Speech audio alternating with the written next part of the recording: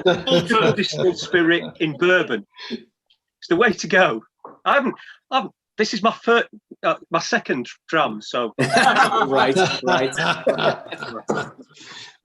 big Gramzo. Guys, I've got the stream working on YouTube. I forgot to push the button that said start. That was good. So if anyone can confirm with like thumbs up or anything like that, if they can see it, just let me know. Yeah, it's working. It's working. Okay, it should be about 30. It's about 30 seconds behind. So you can follow in on Zoom, or you can follow on the YouTube channel. Cool. Definitely up to you. So welcome everyone. Thank you for dialing in. Great to see a whole lot of Springbank lovers. Tonight it's not in Campbelltown, which is quite disappointing. I think we will agree. But what we thought we'd do tonight is we've actually prepared a couple of questions. We've obviously got the infamous Ronnie, Ed, Torben, and John that are going to talk to us about some of the things. We've got a whole lot of questions as well, and obviously we've got the chat window, so I can unmute people and you can discuss it. I thought we'd go through the questions and have a bit of a discussion, talk about whiskey, and see where the night takes us. How does that sound? Good. Sounds great. Cheers. Yeah. So without any further ado, I think we'll kick off with our first question. As Ed is my top left-hand corner, I thought I'd ask him. I'd take the question to Ed first. What's your first Springbank experience, Ed? Why don't you tell us about that? How did you break the seal, as it were? The first Springbank experience I had was, I think it must have been about 2015, and it was a Springbank bottle I bought. It was it would have been the current, I guess, Springbank 12 cask strength, and I absolutely loved it. I'd only really about 6 months ago started to get half interested in whiskey, so I'd started drinking, the Aberlours, the Glenfiddich, and I'd spread into some IAAS stuff, the usual sort of standard bottlings that you get access to through the supermarket.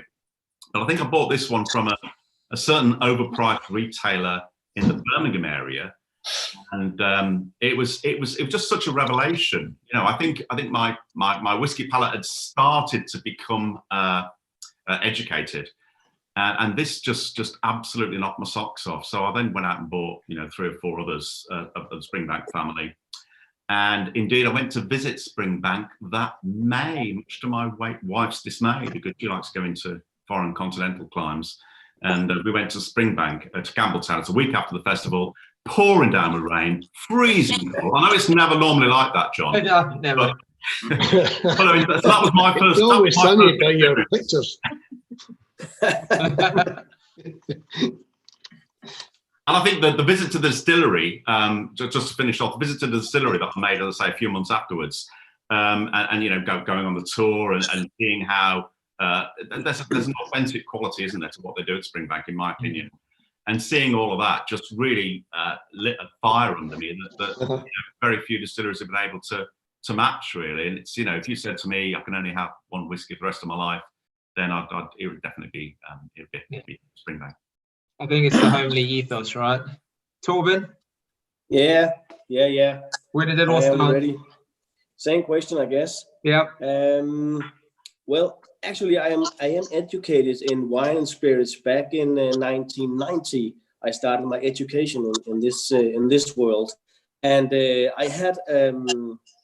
I was finished my education in '94, and in '96 I was managing a store, which had a boss who were a huge whiskey collector, and in that collection he had a 25-year-old Springbank, the old dumpy bottles, without maybe running those. It has a brown reddish etiquette, and he might has it for show. Do you have it? No. I think it's behind me. Yeah. Oh, it's behind you. Yeah, but that was a huge revelation for me, and an opening into the to the Springbank world, and in the whiskey world. Well, that's the 15, but like that, yeah. Oh yeah, that's the same. Well, that's the 15. Yeah, and that was just the 25th he had opened there, and it just opened my eyes to the world of whiskey back then. But there was a time from 1996 to 2003 actually before I got my next whiskey. But I remembered the taste of that 25-year-old Springbank where I got in 1996, and went back to that Springbank. And the next whiskey I tasted was the 15 years old, who has been my favorite of the OBs, or the original bottlings, ever since. So the 25th old Dumpy bottlings started it for me, and my favorite right now is absolutely the 15 years old, and it's payable, so that's very nice. Yeah, and absolutely. You all know the bottle. Yeah, It's great like whiskey, this, right? So, Yeah, there we go. I can exactly. I mean, it was quite a similar experience for myself. I went off to the London Cadenhead shop with Ben Copps, and Reynold was there, and he basically did a vertical tasting of all the Springbank and all the long rows. And this was when they still had the big leather couches in the small little shop. And Ben and I were the only two people on there on a Friday afternoon. And from 10 o'clock in the morning or 11 o'clock in the morning through to about 4 o'clock in the afternoon, we basically drank our way all the way up through the Springbank range, all the way up at the Long Road range, all the way back down again. And I think we ended up in the pub with Reynold afterwards because no one else came into the store. But it was one of those things that was so magical that it was hard to ever stop, right? You were well pissed. Yeah, but the thing is, I mean, you know, that's exactly it. John, and did you get samples to take home as well? I think that Mr. Copps may have collected quite a few samples. Yeah, I suppose I started a bit younger maybe than some of you guys, right enough, but generally it would be the 10-year-old Springbank I started with. But in the late 90s, the most memorable experience to date at that time was when I went into Cadenhead shop in Campbelltown, and I bought quite a number that day. There was, I've got one here, I've got the 12-year-old 100 proof, and this dram was made from basically, well, it's supposed to have been made with 25-year-old, a lot of 25-year-olds in the bottle, and this for me was a really memorable dram, and I didn't always buy Springbank. I've gone through the normal supermarket whiskies as well, tried them all, but once you drink the rubbish, you get to appreciate the good stuff, and the Springbank 1200 proof is certainly by far the best that I've had, even going way back all these days, even up to now. It's right up there as being top dram in my opinion. And as a result, you'll love. I love it. I love it. Yes. Ronnie, you've been quite quiet. I think I've unmuted you now. I'm just listening. Amazing. So, well, I don't really remember because my granddad was really into his whiskey, and I know that he had Springbank. So, and he was one for giving us little drams now and again at New Year and Christmas and parties. So, I don't remember actually when I had it first. I had a whiskey bar around the corner from a university, but at that time I was a real cowboy, so it was just all about necking it, and I had no appreciation. It wasn't until about maybe 18 years ago, and I was at a blind tasting, and I had a dram, and at the time I was really into IAAS and really into peat and I'd really been into Speyside before that. And then I had it, and I guessed that it was a Bowmore, and it was the Springbank 15, and I kind of fell in love with them after that.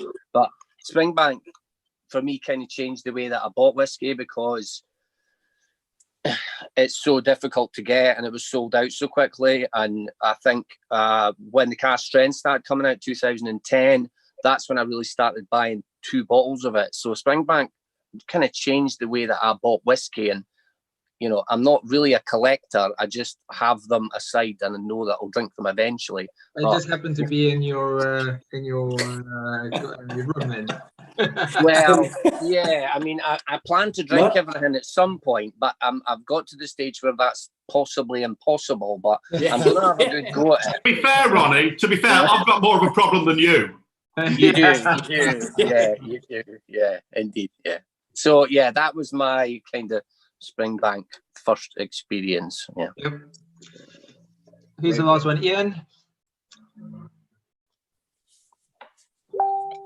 Well, Ian is smart. Perhaps if you call him Mr. Clapperton, he'll speak to you. Yeah. Is he on I mute? don't think so. Has Ronnie muted him? I don't know. I think Ian's been banned, has he? It's too much Hazelburn. Does he is Ian on mute? Yeah, So he's there. Yeah, he's on mute. Ian, you're on mute. Turn your mute button off. Oh, he's Clapperton's bitch. He's down the bottom there, Ronnie. Clapperton's bitch. Yeah. Don't say that. Bob, and say that again. We are on the YouTube channel. I couldn't unmute myself. The host, whoever the host might be, had probably taken a political decision to shut me up. Springbank was a bit of an accident for me, because I only got really interested in whiskey around about 2015, and I planned on going to the Fiche.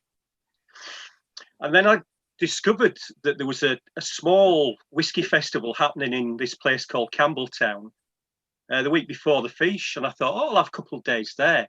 And then I started doing a little bit of research online. So the likes of Serge on Whiskey Fun and Ralph Mitchell on his vlog, and they were raving about the 12-year-old cask strength and how the intrinsic quality of it was great. So I thought, I'll have a bottle of that. The first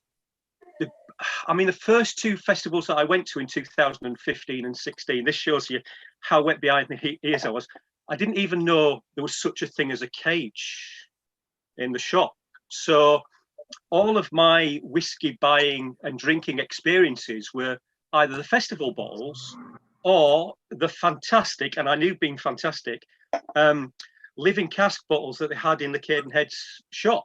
And that's one of the gems of going to Campbelltown. If there's nothing in the cage that piques your interest, have a taste of the living cask. Well, they used to be living casks, and now in those horrible glass jars. But yeah, it was completely just a coincidence that it coincided with Fiche, and I thought, I'll see what the little place is like. And as I say, my first sip of 12-year-old cask strength, I was kind of just hooked. And then the dram bar, and it was £1 a CL for like 25. Well, there was 25-year-old whiskey available, £1 sterling for 1 CL of a bottle that you'd never willingly give your ill-gotten gains for in terms of the price of the thing. So I kind of I'm kind of a bottom feeder in terms of Springbank. Until this last 12 months, I wouldn't go beyond the price level of the 18. I thought £85 a bottle is my comfort zone. But I've been corrupted by the people in this group, unfortunately. Generous swines that you are, you've sent me samples of 21-year-old and 25-year-old stuff, and once you taste that stuff and you think the jump in quality, I'm still not convinced that the pricing thing is right, but it's remarkable stuff once it gets to 20, and I didn't realise that. So while we're talking about the Springbank 12, what do you have in the glass? I've now got another Hazelburn. Sorry, this is Hazelburn 10 single cask, which is a beautiful whiskey UK exclusive, which went out in the pack. When I tasted this, I just had to buy every bottle available, and I don't know how many bottles of this I've got. It's such good whiskey, such easy drinking whiskey. It's unbelievable. Absolutely. I mean, I think it's across the range. I don't know about everyone else. I'm drinking the last, not the February release, the previous release of the Springbank CS. I think that for me, I know people had a view on that it wasn't sherried enough and that the color wasn't right. But for me, it has all the characteristics of what I'm looking for in a whiskey. It's dirty, oily, waxy. It's punchy. It's got lots of depth, lots of flavor. There's everything that I want in a whiskey. I mean, I don't know about everyone, but for me, the Springbank 12 CS is what epitomizes the brand. I appreciate we might have had a bit of a rocky couple of years back, but I think they're well on track again. I don't know what everyone else is. There can be quite a variance between some of them, Kuhn. Yep, agreed. There was I think it was probably 2 years ago. I think they had probably 3 or 4 batches that I thought actually did the brand a service.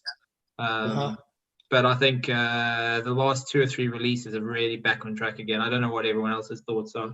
It's still, I think this October or November release last year is exactly, I mean, it's not as dark in color, but I think it's got all the breeding of what I'm looking for in a Springbank. Yeah, I agree, Q, and I think it's absolutely a perfect Springbank. I think if you were going to sort of give somebody a Springbank, it would be a good example of it. Do you know what I mean? I think it's a little peatier as well, I think, than normal 12s, which I like. So, yeah, I agree. Is that the 57.11, is it? That's right. Yeah. That's really a benchmark whiskey, actually. Yeah. Yeah, it's very good. And what was the price of this? About 50 quid, right? Yeah. Maybe slightly less with the privilege, I think, possibly. Around about 48 to 52, I think, isn't it? Yeah. What are you drinking, John? I've got a wee Kalila here, the 37-year-old. Ooh. It's a 56.7. This is a Springbank event, John. It's Gabe. Didn't anyone send him out the briefing notes? I've got the 57 here as well, actually, but Kuhn's done that, so. I thought I would do the Kalila because it's a wee bit different as well. It's very pale gold in colour. It's a bourbon hogshead cask. It's actually got, it's very typical coastal dram because it's got the sea spray, the salty taste to it. It's also got quite a lot of grapefruit through it, which is really very pronounced in it. You've got peat, coastal salt, sugars, followed by a burnt lemon taste. Yet they've got toffee, a long layer finish with a salted caramel as well. It's a very nice dram. It's a good dram. I wouldn't say it was superly, well, amazingly special, but it's a good dram, very good dram. I'm giving it something. Is that the Cadenhead bottling, the blue? Yes, the blue one? yes. Yeah. Quite unusual dram. Yeah, it is. It doesn't. It's not your typical Kayla though. I found it's got something a different dynamic to it in the ones I've. But every batch changes, doesn't it? I bet. Yeah. So Torben, tell us what you're drinking. Oh, right now I'm actually drinking a Kilkerran. I don't know if you can see the bottle here. Yeah. And it was specially made for Denmark, this one. Only 192 bottles, 51.2% alcohol, and it was bottled in September 2019 and distilled in 2004. It has some of the extremeness of the if you remember the first IAAS bottling we had, it was extremely on the cask influence, and it has some of the same extremeness. This is just a port wood cask, and it's very, very sweet. I like my whiskey. It's very, very sweet. Well, I'm a sweet guy, so that's why. But it's very sweet. It has a very big punch, although it's only 51% alcohol. You can see it again here if you want to. We can also show the back. There's some more history there. If you can see it. Yep. I don't know. Yep. Can you see it? It's a hell of a dram if you like port wood whiskey. And I do very much indeed. I always goes for the port wood casks when I'm in the cage. And I was lucky enough to get some bottles the last time I was there. But this one is a cracker. I can't remember if I've sent any samples to you, Ronnie, at any point. But, well, we can manage that later. I've tried it. Yeah, It's very good. It's very sweet. It's very a nice, powerful port wine casks dram. Yep. So I love that very much. That's what I'm drinking right now. So I've got a question. Ava, I've unmuted you. Yeah, that's me. Yep. First of all, actually, my question is, I want to know if some of you have done a large vertical tasting. We've done a couple here in Norway. The first one was only 71 different Springbanks. Is that enough? Unfortunately, we didn't include Longrow, Hazelburn, and Kilkerran. So we had one a year later with 50 of those. Holy shit. Was the last one the best one? Unfortunately, the guy who had the best ones, he wanted to have them at the end because maybe they were not opened. Okay. Okay, yeah. But they were opened, and I can't say I remember very much about them. But all in all, it was an extremely good, both of them were extremely good tastings. And it's protected you from coronavirus as well, Ivar. Of course, a lot of spitting, and but okay, that's the game. Anyone had approximately the same experience? No. I went to Whiskey Base last year, and I think I did about 20 Springbanks, and by about 16, that was me. And I wasn't doing any spitting because there was no way I was paying for it and spitting it out in Scotland. So, yeah, I think 50 or 70 seems a little extreme, Yeah, a little bit too much. Yeah. But we survived. We survived. Yeah, that's good. Yeah, I can imagine. I've been to a tasting with Magnus Fejerström. Maybe some of you have heard of him. He does a tasting in Sweden, and he did a tasting with Springbank versus Highland Park. And he buys very, very old Springbanks and very, very old whiskies, totally. And it was older whiskies from the 60s, 70s, and some of these 25 and 30 years old Springbanks, and the same in Highland Park. But there was only, I think, 24 whiskies, not 50. So, but it was all, I can send you the pictures afterwards if you want them. Oh, yeah, fucking hell, it was good. It was damn good whiskey. All the way through, just mind-blowing. And I had to, had a night over there to sleep because we drank, of course, all of it, never spitting a drop. Brilliant. That was crazy tasting. Magnus has also done only a Springbank tasting, but he was way behind in number of bottles. Yeah. Way behind. Yeah. So Ronnie, while we have you, what are you having in the glass? What was that, Kieran? What do you have in the glass? No, I'm drinking 15 Ramwood and local barley 10. Oh, very nice. Nice ones. Very nice, those.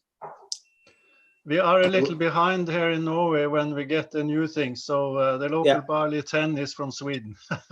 Yeah. I can follow that in Denmark. We are always almost 6 months behind, and that's very irritating. But Ronnie, what did you have in your glass, Ronnie? I have this. So it's Nectar Drams. It says distilled at Springbank, but it's quite obviously long row, and it's 2017. And I think it's a bit of a unicorn one. It's pretty expensive at auction, but it's a lovely dram. There's rumours that it was finished in a Belgian beer cask. I'm not quite sure, but it's a really nice one. It's really zesty, not too peaty. It's more a kind of ashy kind of and briny. So a dry kind of smokiness, dry or longer Lefroy-ish. It's not it's not that kind of farmy kind of earthy. It's more almost like a tomorrow's fireplace type ash. You know what I mean? That's a hint of ash. It's obviously long row, but it's quite chalky. It's a lot of lemon, and it's a really nice dram, you know. And I've had a few bottles of it, but I've looked for it on auction now, but it just hits levels that I'm not willing to pay anymore. But it's good. That's a good one. But I don't know if anybody know. It's meant to be some sort of Belgian beer cask, but I'm not sure. Well, it could be very pale, isn't it? Yeah, very pale. Very, very pale. It is quite pale, yeah. But the guys at Graham's always produce. I don't think I've ever had any of their whiskies that have been certainly bad, and most of them have been excellent. And some of them, like this, are just superb. So I would recommend it if you can get your hands on it. A decent. Is Ruth drinking? It looks like a lambic.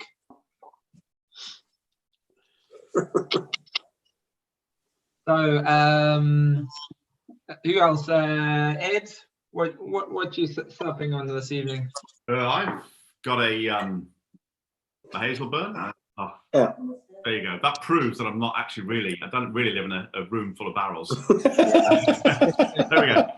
It's a Hazelburn festival bottle from 2018. It's in a Marcella cask. And I wondered, Kieran, could you unmute my new friend Andy Rogan down there, because I think he's drinking the same one. Yep. Give me a second. Is that right, Andy? This is an interesting one. While we're getting Andy on, it's kind of hi Andy, Solange. It's Solange. Yeah. You think I always think of Hazelburn as being kind of triple distilled and gentle and soft and all that sort of stuff and easy drinking. This is a proper beast in my opinion. I mean, it's almost like a garage smell when you smell it. That oily mechanical oil stuff. I don't know. What do you make, Andy?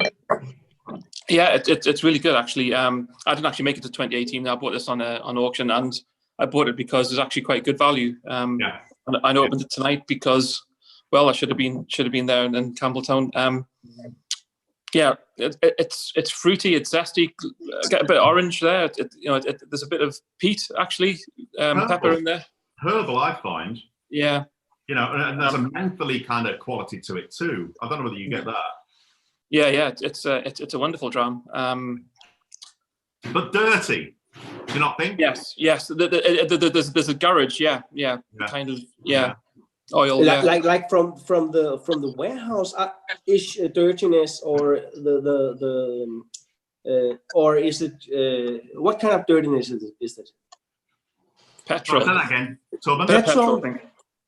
Like yeah, diesel kind of, yeah. It's just yeah. It's weird. It's not your typical Hazelburn, I would say. Okay.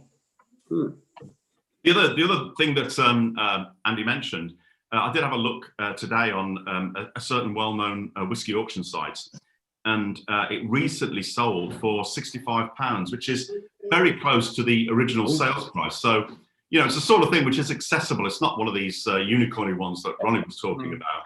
It's certainly a whiskey that anyone can get access to, and it's a fascinating dram, I think. Yeah, yeah. I think Hazelburn is underrated. It's very underrated. I completely agree. And the same with Kilkerran, I think. I think Kilkerran is the new Springbank all around. Because if you taste the 12-year-old Kilkerran that came out for a few years ago, it can kill in my opinion, it can kill the Springbank 10-year-old, and it certainly can compare to the some of the cask strength Springbank 12 years old. Yep. I think it was a hell of a dram, and it was worth the money 10 times. I was lucky enough to taste the Kilkerran 16, or the upcoming Kilkerran 16-year-old, and that is a stunning dram. That's going to come out later in the year, and I think Ronnie and I were at a tasting in Edinburgh. Maybe it was in February, and that was probably the standout dram for me. It is going to be superb. Yeah, that's Looking good. forward to that one. It's going to kick ass when that 16 comes out. Kilkerran's going to go crazy, I think, because it's just. Does anyone have it's amazing, really refined and excellent? Yeah. Does anyone know when it's going to come out? Well, I think they. I mean, it's been vatted, so we'd had the official VAT. So it was. I think they do about 6-month VAT, and Yeah. we probably would be sipping it today if it wasn't for this fucking bollocks. But Yeah. pardon my language, but That's okay. Fringe, yeah. yeah. But yeah, I think we were getting it quite soon. So yeah, that's a bit of a shame. So I think when they get back, we'll probably find that we'll be getting it in the ball. So maybe get it end August or something. I don't know, but you know, Yeah. I think soon enough. You know. Do you know?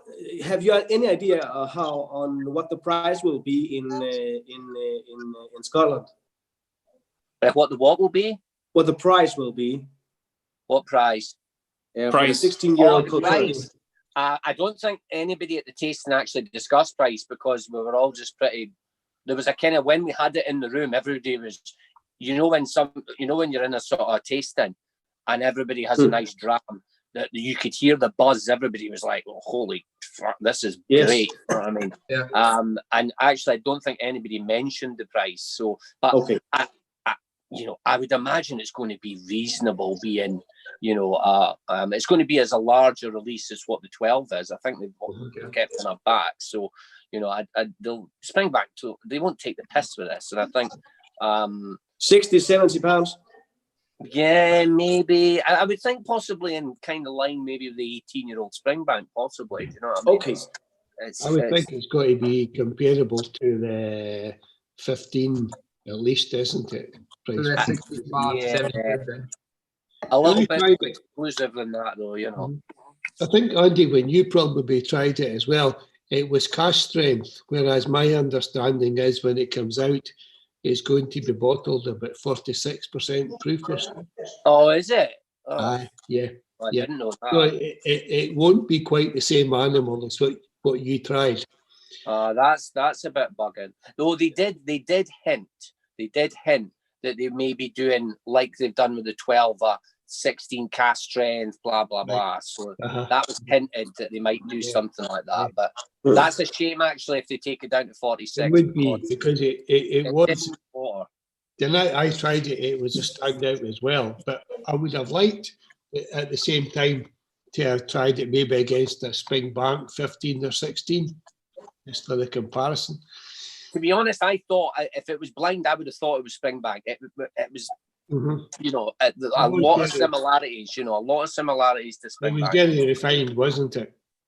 Yeah, it was. It was great. Yeah, I really enjoyed it. Yeah, I think it's a no-brainer to buy and a no-brainer to open. Just get it open and enjoy it. Yeah, yeah. It'll go mad. Keep your eyes open. Yeah. So while we briefly mentioned it, I don't think we've gone through the whole panel, but what I thought we'd do is the mention about the festival is a good segue into maybe some thoughts and first experiences and the highs and lows of various festivals. Obviously, we'll whilst we've got Ronnie, he can kick off. But if there's anyone else that wants to ask questions or dive in, message me and I'll unmute you. And by all means, we'll open the floor to the guys. Okay, well, good bits and bad bits. Yeah, when was the first time? How did you pop your festival cherry, as it were? Well, so I went in 2017 with Torben, and I had to drive him all the way from Glasgow. And Torben doesn't like cars very much, and I like cars, and that was a bit of a task. And we got down there, and we got to Cadden Heads, and we had a few drams and whatever. And then we phoned the lady that we were renting the property off, who was called Linda. And anyway, so we turned up at the address, and this German bloke, I think he might have been Austrian, but I can't tell the difference. Anyway, so he's standing there, and he was like, "Are you waiting for Linda?" And I was like, "Aye, I'm waiting for Linda." I thought, this dude's, she's obviously quite a popular lady.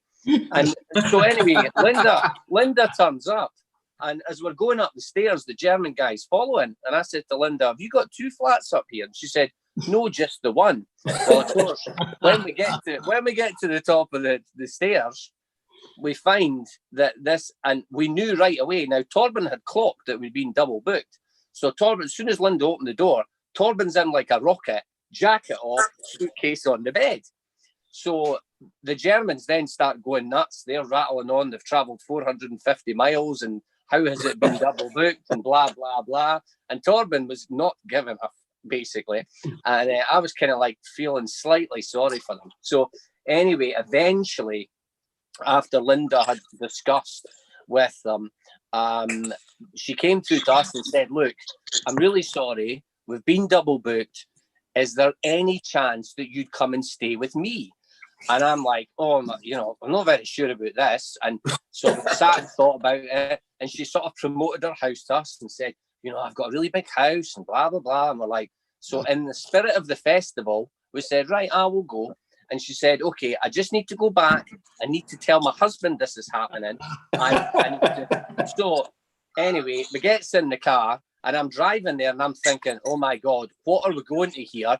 The husband's probably in the garden biting the heads off rabbits and big dogs. And I just could not imagine what we were going to face when we got there. Anyway, we arrived, and there was this big, beautiful Victorian house. We get in, and there's a guy standing there in front of us. And the first thing I think he said was, "You boys like a dram." So, and it was John, obviously. And so we all had a dram, and we stayed at theirs for the first experience. So that was a kind of, well, it was bad to start with, and then quite good. And then we had the society tasting the day after, and the German guy, his bird, and these other 2 Germans came in, and I clocked him, and I said, "Here, you want to take my fucking seat as well? You're taking my flat." So he says, "Oh, I'm very sorry. He says, "Do you like beer?"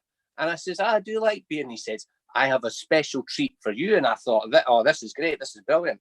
So later on in the day, he turns up. He says, "I have something for you." And I thought, "Well, you've only got a haversack. I was expecting a couple of crates of beer, And he brings out this little bottle of beer, one little bottle. And I'm like, I just about punched him right in the bus, because I thought, one little bottle of beer and you've taken my flat, But anyway, we did it for the love. But, for me, I think the festival, it's just all about the people. You walk down the street and folk are just saying hi to you. They're there because they love Springbank and you love Springbank, and and I could name loads of things like Ardbegs rolling in and Little Mills and all of the rest. But I think it's just the staff and the people in the town, and mostly the people that are actually there who love Springbank, and it's just like a big family. Do you know what I mean? And that for me is more than any Little Mill or Ardbeg or Springbank dinner or anything else. I think that's the best bit for me. So yeah,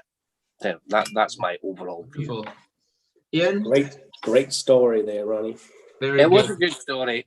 And I've obviously seen Torben naked a few times, which is enjoyable. Well, I don't think we really wanted to know.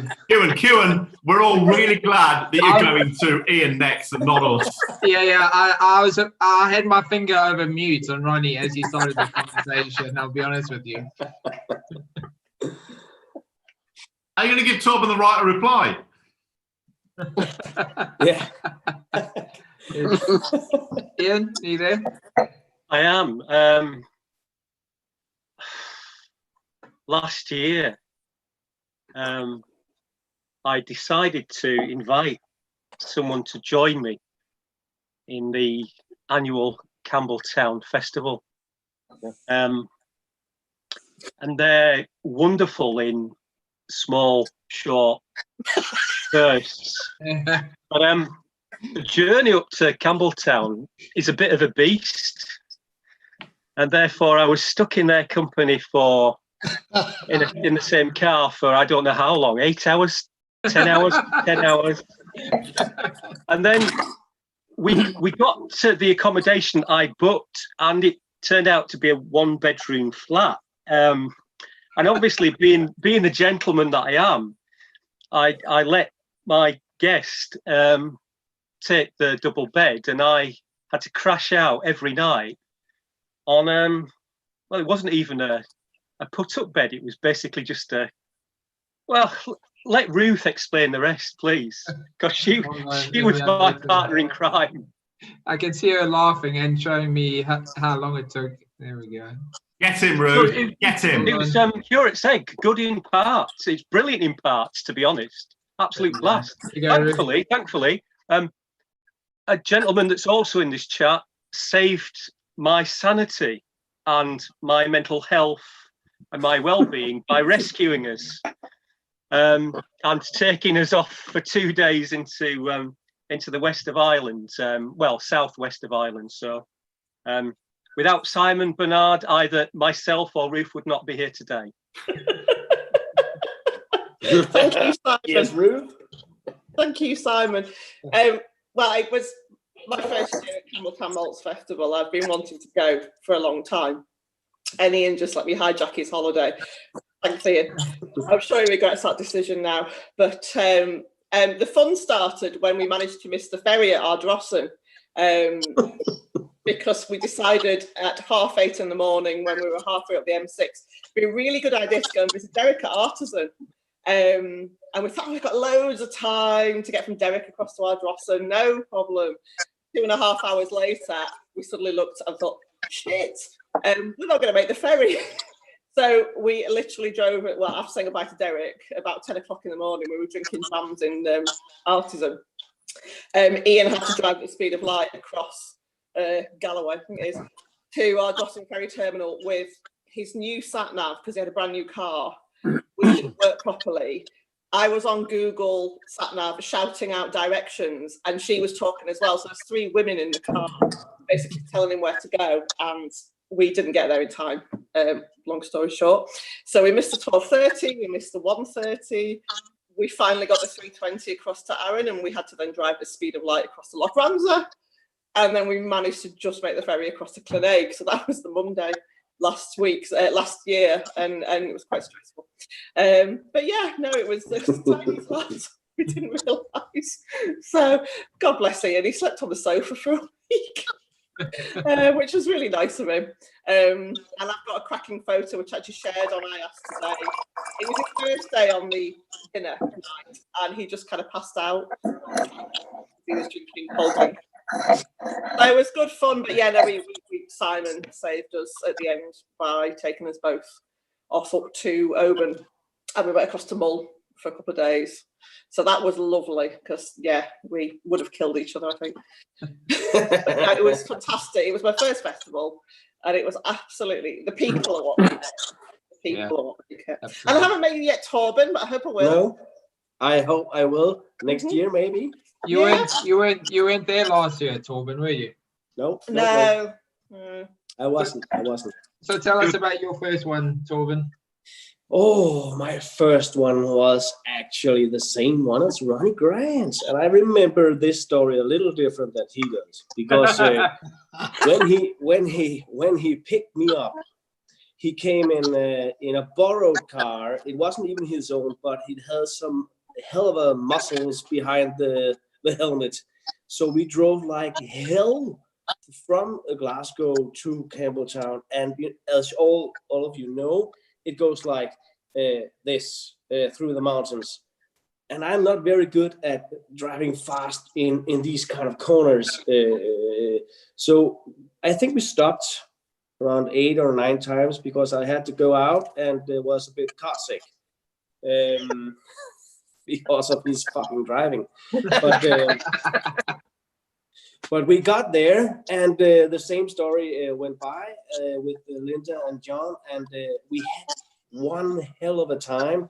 I had some very good, as I remember, samples brought from home. We drank some 65-year-old Springbanks, and we had absolutely the best time. It was the best moments. I have had 2 moments, the 17 and the 18th, and it's the best ones of my life. Meeting you guys, meeting Ronnie Grant, who just is the man of fucking 5. He's fucking up hell. So I really love coming there, and it's all good people there, and it's all good fun. And well, I owe all my fun to Ronnie Grant because he has taken my hand and showed me around every bar there is on Campbelltown, and very good times. Very good times. So just to everyone, Ed Milner's asked a really great question. He said he never had the pleasure of going on to the festival. And the question is, what tips or advice can you give someone new? Getting tickets, etc. I'll kick off on this one. So normally I travel with a certain Mr. Ben Cops, who's relatively quite organized, if you know him. He starts scheduling things 392 days out into the future, and then we'll send reminders weekly prior to that. So what we normally do is, certainly with accommodation, we book almost a year in advance to make sure that we get the place that we want. With regards to travel, if you want to fly in, you also need to book as soon as those open. But I think that the toughest one will be getting the tickets now through Eventbrite. I don't know about everyone else. I employ my minions at the office. They all and they are all targeted with buying certain events for myself and Ben.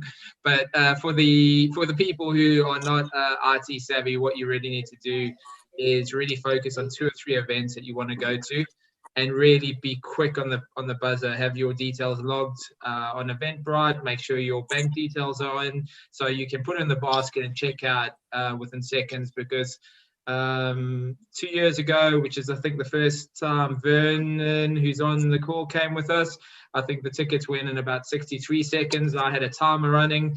And then last year, I think the tickets went in under 30 or 40 seconds for the key events. So you really need to be on top of your game.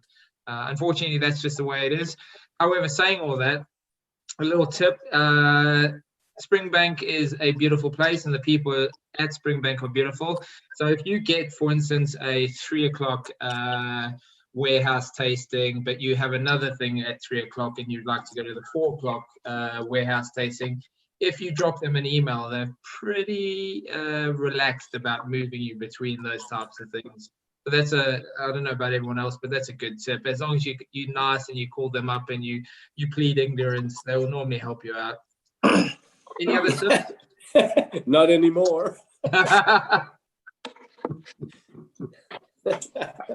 We're a small group here. That's okay. You are correct, though. It is very difficult to get access now. So, John, have you been? Oh, sorry. John, have you been off to you've been off to the festival, right? Yeah. For me, it's quite easy to go to the festival because a quarter mile away. Yeah, no, it's a stumble, right? It's a stumble. But it's a stumble home right enough, though. Yeah. But I've been going to basically the stuff in the kind of courtyard outside the distillery, where they've got the music, and we spend the afternoon there. The first dinner I went to was the one in 2018. And that was really influence of Ronnie and Torben as well with that. I just thought I must be missing something, so I made a point of going to it. And it was a great night. It was a fabulous night. That year it was held in Malt Barn, in the distillery itself. And Was that the bottom malt barn? Top On floor. the ground floor. I think that was the first year. First floor, upstairs. Just in the building, just it's right behind you, Kuhn, on the first floor there. Yeah. It was. And it was a really good venue, actually. Very dark. It was actually all lit up inside, red lighting. It was like a Lady of the Night venue, possibly, but no, it was great fun, actually. Great fun. We didn't get enough booze that night, though, did we? There was a lot of about the number of bottles on the table. Yeah, I remember that. That was disappointing. And the Longroad Sherry was a bit shabby, and as usual, it wasn't really what you expected you were going to get. John, which year was that? 2018. Yeah, 2018. Yeah, because I think it was 2017. We got Reynolds to come with more bottles, and we drank a lot, and it was just huge. It was fucking good. I think the 2016 was it the 2016 was when they released the Kilkerran 12, or was it 10? I can't remember. 10. It was the 10, but it was the cask version rather than the vatted version that eventually hit the shops. And I remember, I think it was one of the distillery managers actually pouring bottles into a pitcher and walking around with a pitcher of about 5 bottles of Kilkerran, pouring it into your mouth as you pass. It was and there was a Swedish couple on the table with us that looked absolutely horrified. Sounds like you. Yeah, I've had. I'll be honest with you. I love the festival, and it's about the people. I think I can see Vit on the call as well. Vit has managed to capture me in my most compromising positions post festival, and then also on top of that, posted on fucking Facebook as well. Like it was about 6 o'clock in the evening. I managed to stumble back to Grammar Lodge to have a brief reprieve after the Springbank Open Day, and I think I fell asleep trying to get into the door in the kind of the entrance of the lodge. At which time Vit walked past and then took a picture and posted it on pretty much every form of social media, and I looked slightly like a rotund burnt because it was hot.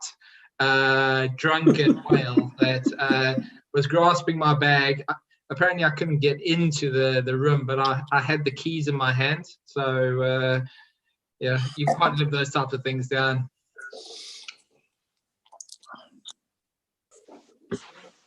Ed, cheers, mates. Yeah. Let's have a toast, guys. Cheers to cheers Springbank. Cheers to cheers the to the Springbank and cheers to the festival. Cheers. Cheers. Mm. So Ed, do we still have you there?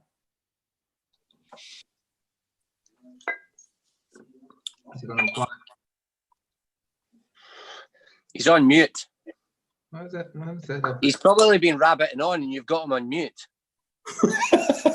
I'll be honest with you. It mutes people automatically. That's it. He's back in the game. He's back in the game. Thank you, Ronnie. I'll remember. Don't you worry. I didn't mean it like that. I just meant, you know. Ed, was it you that was? Did you sleep in the camper van? The one festival. No, I have to inform you, Kewan, that I've never slept in a camper van. Okay. nor have I tried to steal an apartment from some Germans. That was somebody else who I will not mention. I'll talk about my first festival then, I think is the idea. I mean, my first festival was 2017. I was interested before that, but my work commitments meant that I had lots of holidays, but they were very inflexible, so I couldn't come to the festival. 2017 came. That didn't bother you during the World Cup, though, did it, Ed? Just don't you start. Shut up, Graham. Can someone mute him? Anyway, seriously, so I came to the festival and I knew a few people. I've met a couple of people, but I knew a few people online. And I wasn't quite sure what to expect, to be perfectly honest. I knew I loved the whiskey. I knew that would be great. And the whiskey was just sensational. I remember vividly from that first festival doing the Springbank Warehouse tasting. And I forget who it was. I think it was actually Ian was talking about Old Springbank being brilliant. Well, we tasted a 24-year-old Springbank from a cask in the warehouse, and it was like, I don't know, it was the best thing I'd ever tasted in my life. Part of that, of course, is the fact that you're drinking it in the warehouse, and so that was just impossibly romantic and absolutely superb. Had a great time. To totally echo what the other guys have said. I mean, I went not knowing an awful lot of people. I stayed on my own in this hotel a little way away. But met so many people who were so kind. All the staff, Ronnie mentioned earlier, the staff are so welcoming. The people of Campbelltown are so welcoming. You meet everyone. Everyone seems to have such a great time. And it's just a wonderful experience. And I've been back every year since. Indeed, I remember Torben, I think it wasn't the first festival, it was the second festival. I think Ronnie might have given him a lift in that scary car twice. Is this true? Yeah, it was twice. I know, the second year, Torben literally begged me to drive him back because I was going back by that. He begged me to drive him back so he wouldn't have to suffer being in with Ronnie again. I got fucking car sick all the time. He was just all the time I was driving along, he was saying, "Oh my God, this is so great. I can actually hear you speak." So, Torben, who's the best driver? The best driver? Well, I can tell you who's the fastest driver. Yeah. On that note, I can tell you what I'm drinking now. That is Kilkerran Open Day bottling from 2019. Actually, your year. You guys were all there. So this is 15-year-old, 57.1% alcohol and refilled bourbon cask. I haven't tried it yet. This is from a little sample I got from a very dear friend, and I'm looking so much forward to it. So, cheers. Slange. And sorry, Ed, if I interrupt your speech there. Go for it. Torben, it's all about Springbank. It is. It's all about Springbank. Yes, it is. For some reason, Ian keeps on getting muted. I'll just point out, Ian, it's nothing to do with me. I don't know, it's like an auto. Right. I don't care. I think that's a sherry cask, Torben. Sorry to be pedantic, but I'm pretty sure that's a 15-year-old sherry. No, I got the sherry also, but I haven't got it with me. And was it from you, Ian? What's that? Was the sample from you? I can't remember. No, the sample hasn't landed from me yet. You'll have the 15-year-old bourbon very shortly, but the open day with the sherry cask. Very nice. Look at this. Ooh. Yeah, that looks like bourbon to me, Ian. It is bourbon. It's sherry. So, can you unmute Bozzy because he's got a bottle there? Yeah, there we go. Hold on. Is Buzzy on?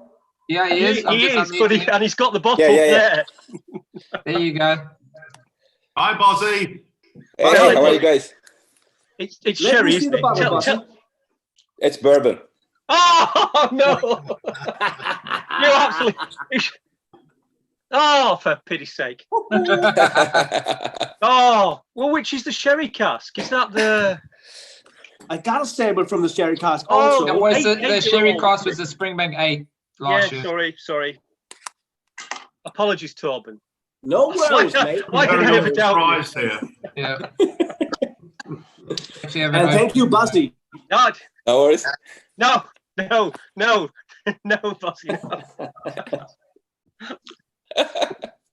Cheers, mates. Cheers, Buzzy. Cheers. Cheers. I've got the while we're talking about that, I've got the Long Row 15 rum cask from the open day last year. It's disappeared. We can't see it. Hold on. Place in front of your head. Oh, yeah. In front of your head. That's a great dram. That's a great. This was only Pardon my opened favourite. about 2 weeks ago, and I've absolutely hammered the bottle. Yeah, It's such a my great. favourite. It's a good one in the festival. Holy shit. But actually, I've also got the Sherry 8 Springbank open at the same time. That's also a great dram as well. It boxes above its weight for an 8-year-old whiskey, though. I mean, it doesn't taste like an 8-year-old. The warehouse one was good as well last year. Yeah, the Springbank warehouse, was that 12 or 14? Yeah, 14. Yeah. Yeah. I got the Springbank warehouse. No, not warehouse, but an open day bottle. I think, isn't it? This an open day bottle? Yeah. Yeah. I tasted it a couple of times. It is damn good for an 8-year-old's whiskey. Right, I see Michael Scott there. He's not said anything. Michael Scott is here. Yeah, there we go. I'm just unmuting him. Give me a second. That old champ. Hold on. I really miss that guy. Hello, how's everybody doing? All right. There he is. Mikey, tell us about your favorite festival experiences. There's been plenty. Well, the first year, like I think what Ronnie was saying, the first year I went was 2017, and I didn't really know anybody. Like my family are from Campbelltown, so I've basically travelled down by myself. I've strolled straight into the Cadenhead shop, and the first two people I met was Torben and Ronnie. So I cracked open a bottle with them and had a dram, and that's basically how it all started for me. And then I just went back for the last 3 years in a row. 2018, went to the dinner. As you guys said, the booze levels weren't too great, but it was for my 40th birthday, so I had a great time. Just meeting everybody, having a few drinks, meeting the likes of Torben and Ronnie again, and obviously meeting John for the first time as well, a local guy from Campbelltown who knew my family, my mum, etc. So it's got a special place for me. And then last year was great. I met up with Ian, with Ruth, with Ed. I met Ed in Glasgow before the festival started for a few drinks in the pot still. So I just love the place. Like, it's like a second home for me because my mum's been there, my cousins are still there, my granny. So, but it's weird because I only got into my whiskey about 5 or 6 years ago. So a bit of a late starter for even drinking whiskey full stop. But it's just purely been Campbelltown malts for me. I've just concentrated on that, just purely for being biased, I guess, just from being from Argyll. Everybody's all about Islay and blah, blah, blah, but forget it. Campbelltown, all the way. None of the pretentious bullshit. That's right. That's it. I do think Full stop. Ed made a comment about camper vans earlier, which was very. I thought Guy Dutton should have the right of reply, because whenever he goes up to Campbelltown, he's always in the back of his van. That's where he lives. He's always in the back of a van. Isn't that true? Did you go in the back with him, or what? No. No. It smells of fish there, Ed. So I dare go in. That was too much, Ian. Too much. I would say another influence for me in Campbelltown was a chap called, you probably know him all, Rob DeHaas. His wife's best friends with my mum, and he gave me tons of his samples of his own private cask of Hazelburn. So that was another influence for me, getting all these samples of his Hazelburn cask. And I'm probably a massive fan of the Hazelburn distillate over the Springbank. Sorry, apologies. Just mute Ruth, please. And now it's shouting at someone. Yeah, just mute Ruth. Yeah. Shout at the husband. Having a bar with her husband, yeah. Yeah, right. We don't need to hear these things. He knows how he feels, to be fair. Yeah. But Michael, when I just my mind just went bang, because I think I owe you some samples. Just when I saw you, oh shit, I have some samples, and in that sample pack there is a Brora, and you told me you never tasted Brora before. No, never. I really need to send those shit. And I think it's, what, 2 months ago, I promised you those. Yeah, there's no rush, but Shit. honestly, Sorry about that, mate. They will come. They will come. appreciate it. No worries, mate. No worries, mate. And remember to say hello to your brother from me. I will do. Yeah, Will do. nice chat. Nice chat. Really miss you guys. I've just unmuted Sasha, and I think you wanted to say something. Yeah, Hi, Satch. how you doing, everyone? Good to see you. Just you know, all it was just to reiterate, my first festival was last year, and I went for the Springbank obviously in 2019, but to reiterate what some people have said, I will go back every year for the people. Yeah. And you know, the Long Grow 15 was amazing last year. I remember Ed opening up his bottle as soon as he'd got it for us. Kieran, could you unmute Ricky as well? Yep. And Ricky. Hi, Satch and Ricky. Yeah, Ed opening the bottle. Opening the bottle, Slajad. Opening the bottle in the courtyard. For me and Ricky, enjoyed it, loved it, fantastic. You know, remember seeing Ronnie. I won't tell you what I remember about Ronnie because it's probably not suitable. I won't ask Ian how many staves he can fit down his trousers. That's a question for another day. But yeah, you know, the whiskey was fantastic. The people were better. We'll go back every year. I have to agree with that. You know, and also, you know, wasn't my first visit to Campbelltown. Been going there for a few years now, but my last visit was a few months back, about January or February.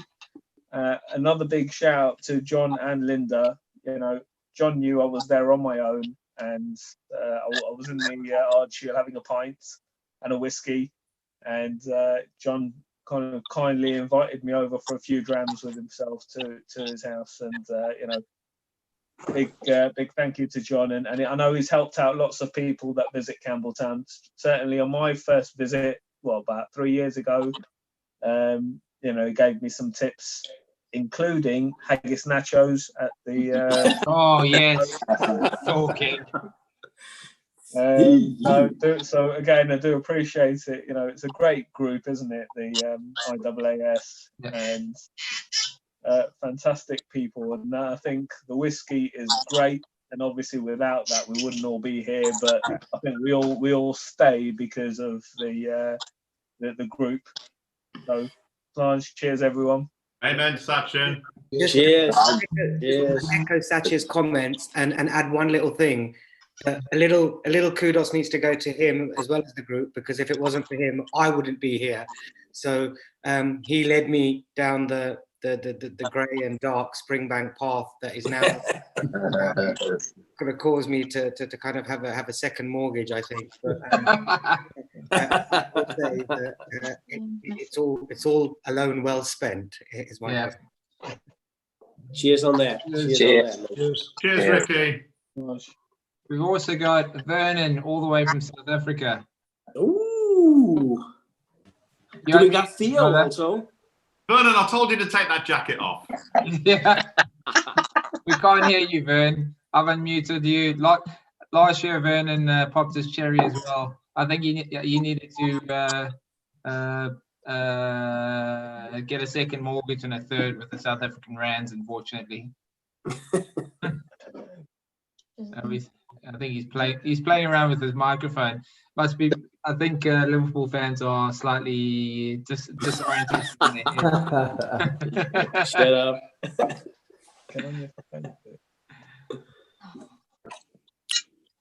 So, question-wise, what we haven't gone into, I think we've discussed the Malts Festival and stuff like that.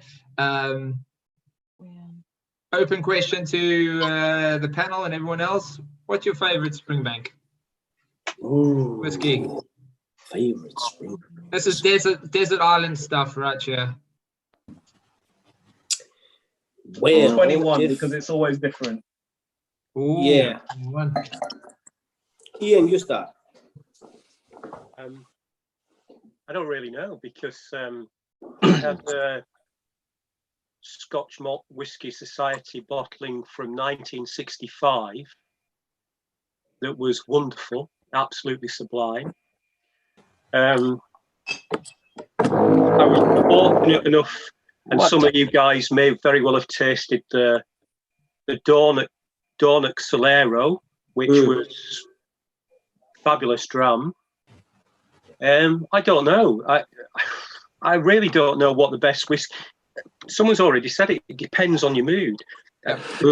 Honestly, last year we were sat in the Feathers and we were drinking Springbank 10, and that, given the atmosphere and the people that were around, was an absolutely brilliant experience. And it was such a fantastic dram. That particular batch, I don't know which.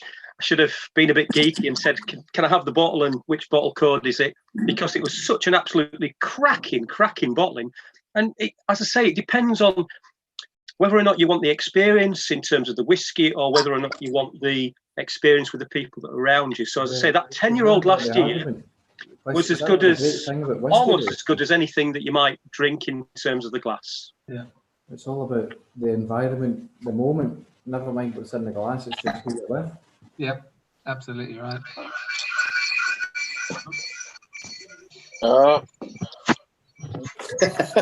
Torben, you've been a man that's someone's got something going on there.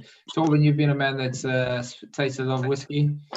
I think I've not tasted more than Ronnie Grant's, but I'm saving Ronnie till later. Yeah, do that. But if I have to choose, I would select two bottles. The first one was there is a shop here in Denmark who is importing Springbank for all of Denmark, and that shop is in Copenhagen called Jules. And they have a guy who is has been owning that shop for 35 years now. But when he had his 25 years anniversary, they bottled a 1966, I think it was, all sherry cask. It was so dark, it was so huge and powerful. It was, of course, a cask strength. And as I recall, it was somewhere around 51% alcohol. And that was a cracker for me. It can only be bought now in, well, maybe they have 2 bottles left in the shop, but only on auctions right now, and it goes for crazy money. My second favorite, I have told before, and this is an ordinary dram. Not ordinary, because nothing ordinary comes from Springbank. But this is a Springbank you can get everywhere. And it is, of course, the 15-year-old. It has all what I need in a Springbank bottling. It has the power, it has the softness, it has the depth from a whiskey, which I like very, very much. And I think it's a little more powerful than the 18-year-old. So that's why it comes to just my tasting when I want a whiskey for every day. So 2 favorites from me. Yep. On to the next one. Ed? I think it's, as everyone said, it's really hard. I mentioned earlier the 24-year-old Springbank I tasted in the warehouse. Indeed, I went back to the warehouse tasting at the festival the following year, and I think I tasted the same whiskey again, or a sister cask, and it was just stunning. It was absolutely fantastic. But in a way, it's always the next one is the one that I'm most looking forward to. And that sounds a bit crass, but just the consistency of what they produce is fantastic. And whilst I recognise we're all chasing that wonderful unicorn bottle, but what I've got in my glass at the moment is this one. Oh, sorry about that. There we go.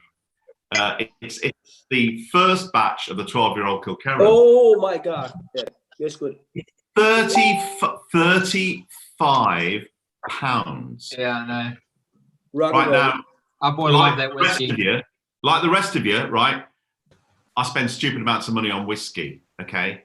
But my word, what an amazing dram it is. Just open it up. It's the one with the little, the little card.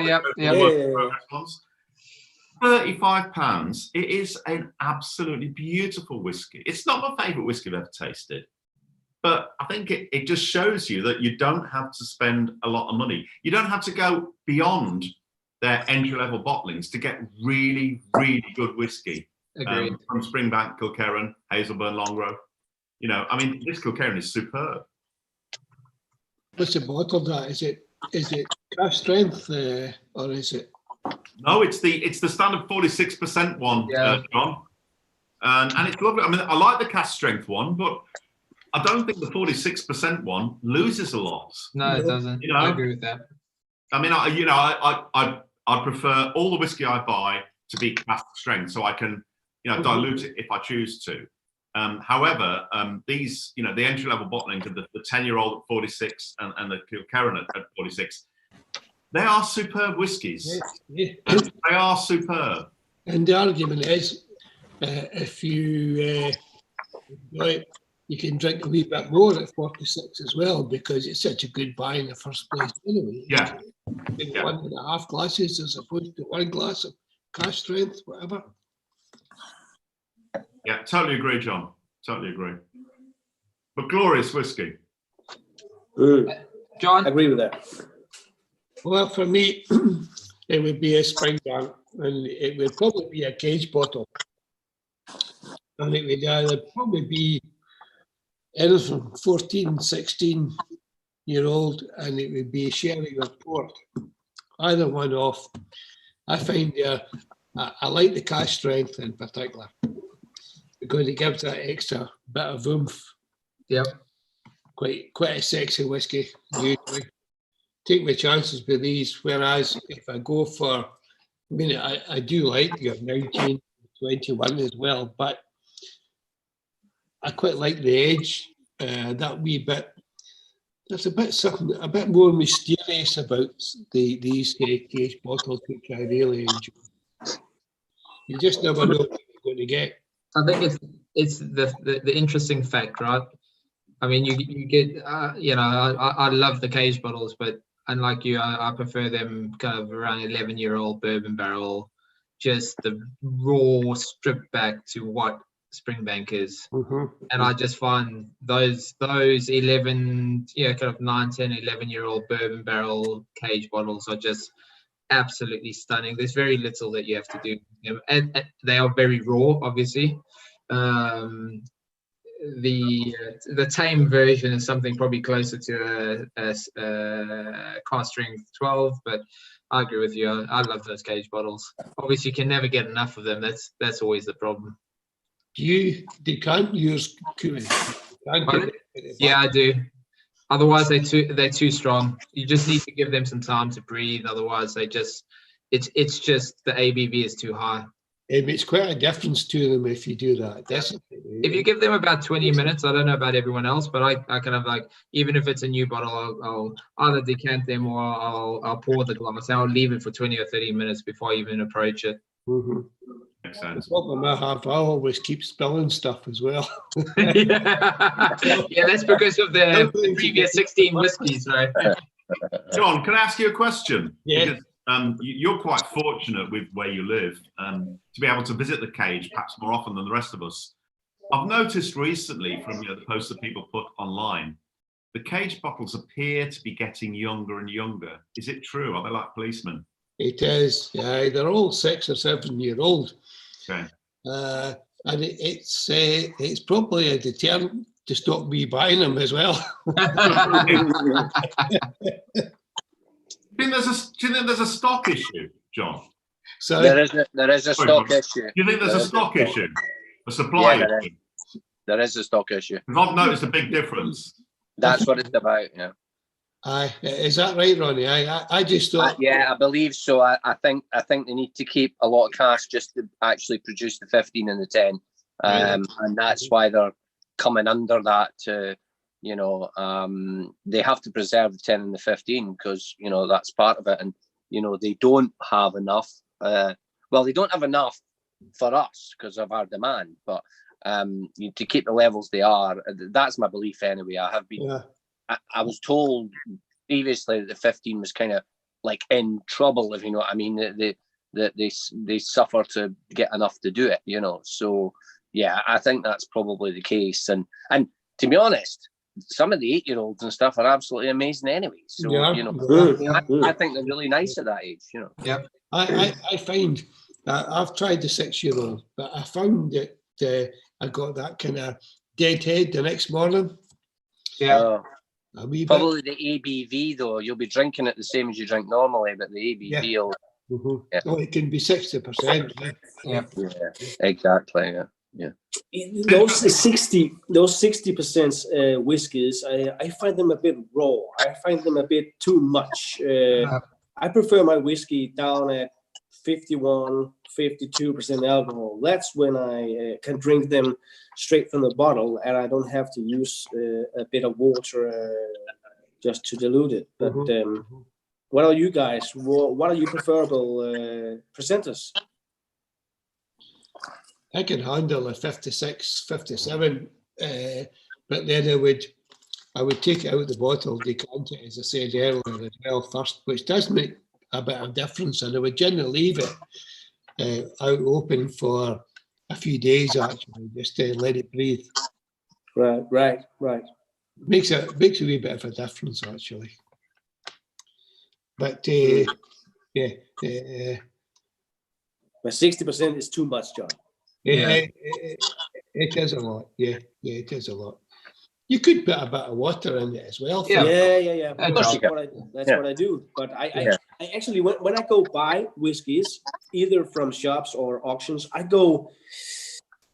tend to look for whiskeys that are not that strong. I go down in strength when I buy whiskey, and that can be a bad thing because some of the whiskeys that are 59, 60, 61% are damn good. And I miss those because, well, I prefer the lesser alcoholic. Well, usually when I look at a cage bottle, I usually go for something that's maybe, it might be say 14-year-old, but it might be of a choice. You may be 52 or 56, and I would quite often go with a 52 because I think often it's been more active in the cask as well. So it becomes a bit more refined as well. Right. I just open up a question about, you know, we're talking about cask and we're talking about where Springbank is going and things are changing. What are the values that you don't want them to change and the things that you'd like them to change up and make more interesting? Ronnie, I'm looking at you because you popped up on my screen. Well, I think they need to keep it the same as they're doing. Keep it traditional, not change any of the ways they make their whiskey. The thing is, I think they might find that hard because some of the things are getting a bit old. So, you know, at some point, I can imagine they need to replace that. But, you know, I don't see them change. They're not. Let's face it, they're not going to change the way they do it. It's always going to be under one roof. They've obviously been doing a bit of, you know, sampling of different casks. I think some people obviously know they've used, I think like Sycamore and blah, blah, blah, and that doesn't sound very good to me. So let's hope that doesn't work. But, you know, I don't know. I don't actually know what I want them to do as long as they just keep things the same, to be honest. I don't think I know what, you know, I don't think they need to change. Yes. You know one thing, Ronnie. You know, we need them to start selling casks again. Well, to ordinary people. Speaking that's of not which, going to happen. They're not going to do that if they're running short. Yeah, speaking of which, there is a question from Survey Monkey about any insights into any new IAAS bottles in the future. Yeah, there is. But we have to turn our heads to Ronnie Grant again. The answer is yes. Yeah, there's one coming quite soon. So, yeah. There we go. Yeah. That's it. Well, there we go. This has made it all worthwhile, right? I'm telling you, fuck I've all just seen more, a but whole that's lot of it. thumbs up on all the channels. And remember, Yeah. you heard it here first on It's All You About did. Spring. Springbank. It's actually in the bottle, to be honest. There we It's go. in the bottle. Well, you know, I got it just after the coronavirus started. So I kind of thought, well, nothing's going to happen, blah, blah, blah. And then they came back and went, give me your money. It's in the bottle. So it's in the bottle. It's sitting waiting. I'm not going to tell you the details, but it's ready to rock and roll whenever we do certain things. So yeah, very soon you'll get one, and it's pretty special. It's older than we've ever had. Yeah, I mean, I loved it, obviously, but yeah. One question, Ronnie. Ronnie, you're a tease.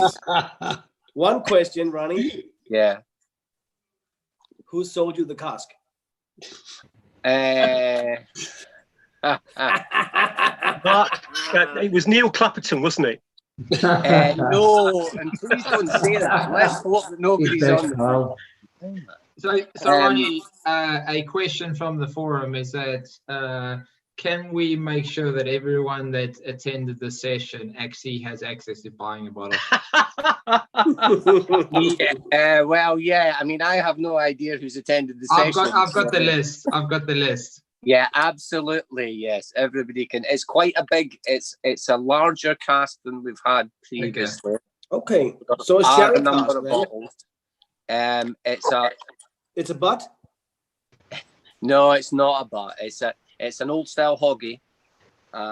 So, and it's been a refill because it is an old style hoggy. So the cask's been around for a while. Not huge amount. It's not a sherry beast by any means. I would suggest that when I tasted it, it was quite like the Springbank 24 that we had last year. Similarities, but I would say more classic, slightly more refined. Ronnie, you can tell us, Ronnie. We won't tell anyone.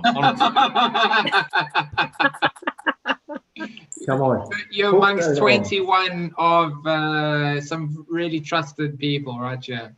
Yeah. So it's a good one. Or about who I bought it from. I bought it through.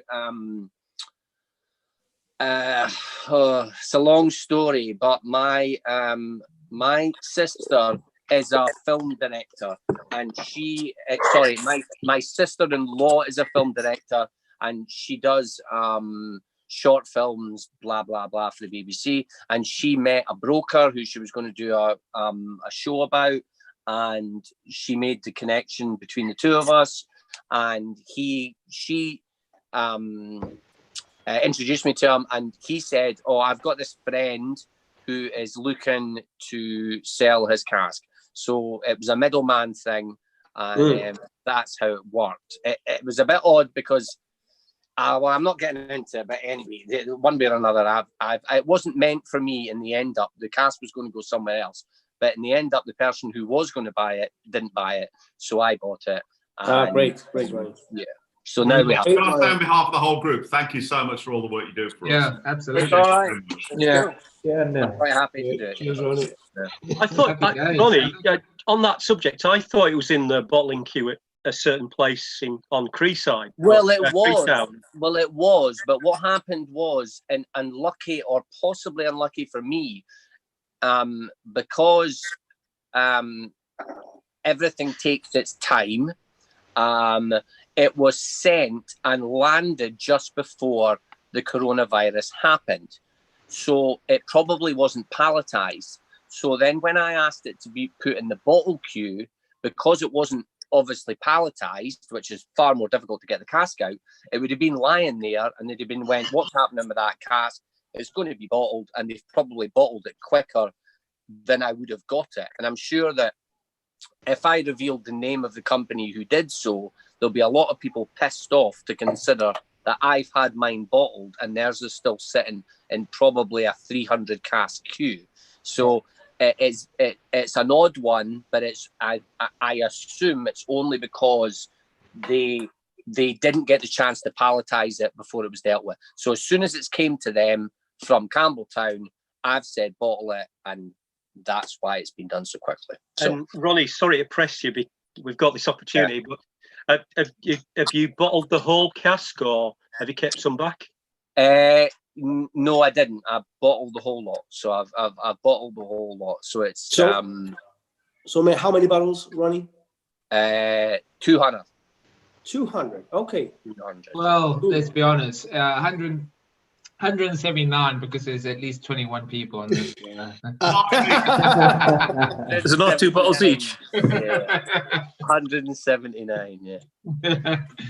That's good. That's very good. That was one of the questions, by the way, from Survey Monkey. So thanks for everyone for sending that through. The other question, I mean, we started exploring it. I don't think we got to the end of it. Ed Milne asked a question about, the Springbank, their commitment to the community, how they brew things, how they do things. I think he's pointing out the fact that no one wants that to change. I don't think anyone has actually said anything to that effect. One of the things that he does raise is about the experimentation with different yeast types to generate different phenols and different alcohol types that get distilled. Have you heard about any kind of maybe a more scientific approach to how they distill their whiskies, or are they still just using the old traditional approaches? No, I don't think the science is there, I think, at all. I'm not sure they're doing that kind of thing. But I mean, when it gets down to it, when people are playing with yeast, it's generally on nose and taste of the new make anyway, isn't it? Okay, they're probably analysing it, but even at Glenfiddich or wherever where they're playing about with these things, it'll be nose and taste where they'll actually make that decision. But I've never heard of Springbank playing with yeast, to be honest. I think Ronnie, use what we've got, I think, Ronnie, if you think about it, all the work around Springbank, all the marketing around Springbank, it's all about old-fashioned. It's all about doing it the old times way.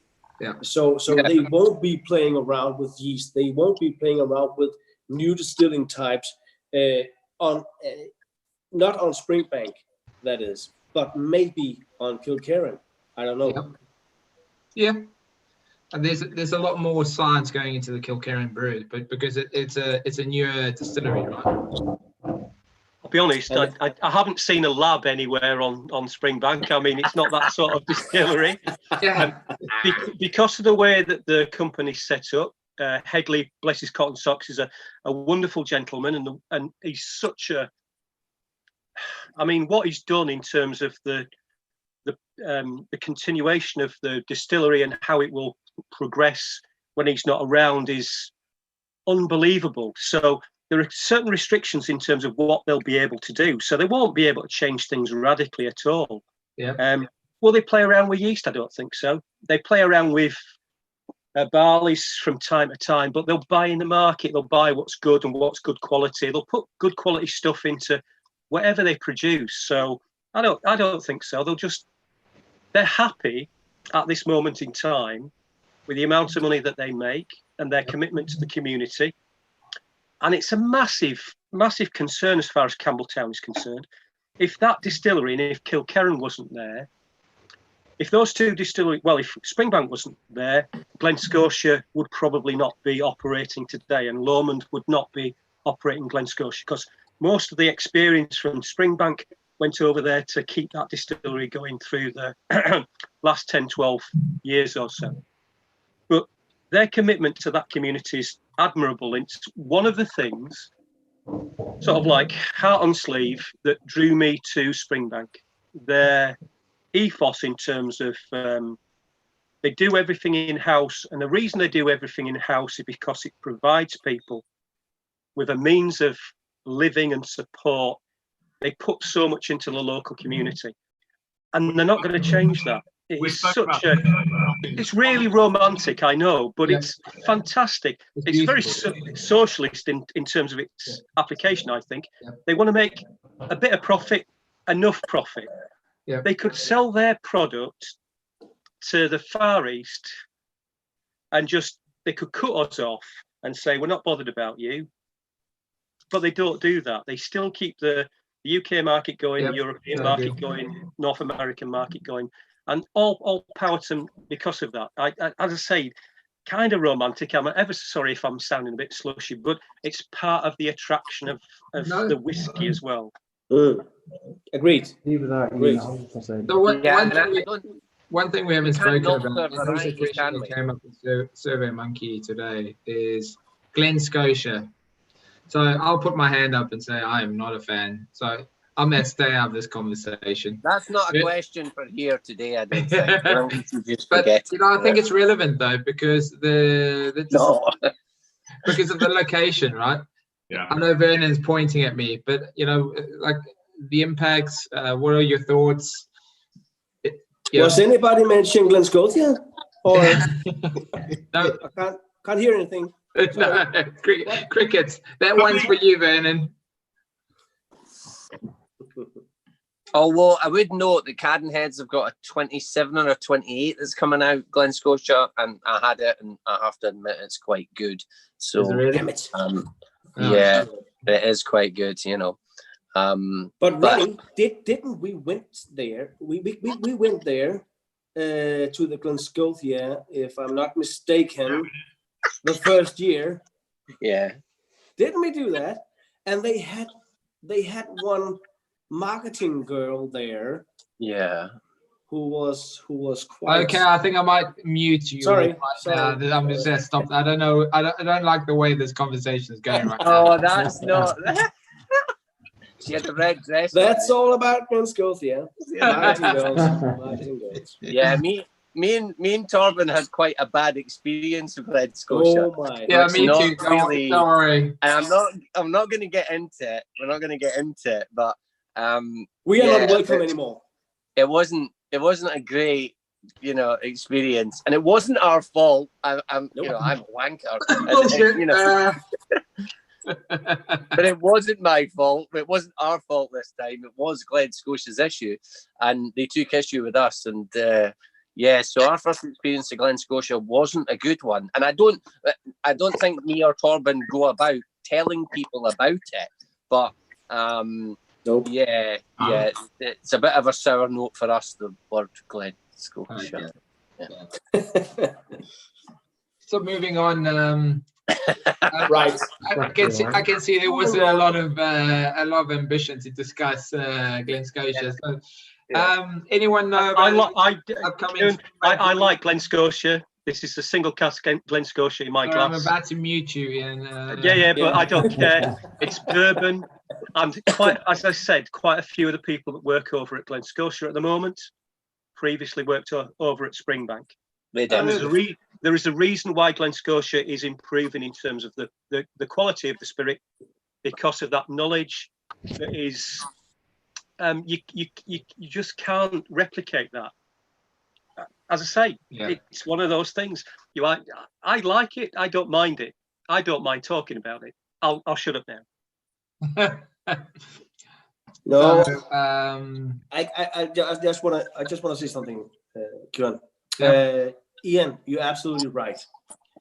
We had some very decent rams when we were there, and they were not bad. Actually, they were way up there besides Springbank. So I think it's all about the Campbellton Island, how they make their whiskies. They just have one advantage at Springbank. They do it 3.5 times. The distilling, and that's 2.75 times. Whatever. That's all the difference. They have good whiskey at Glen Scotia, but Springbank's just better. I know. It's like when like a Real Madrid player plays next to a Liverpool player. Obviously, there's class, and then there's someone just playing football. That's cool. What are you talking about? Right. I'd like to say that I think Glenn's is like the Liverpool to Leicester.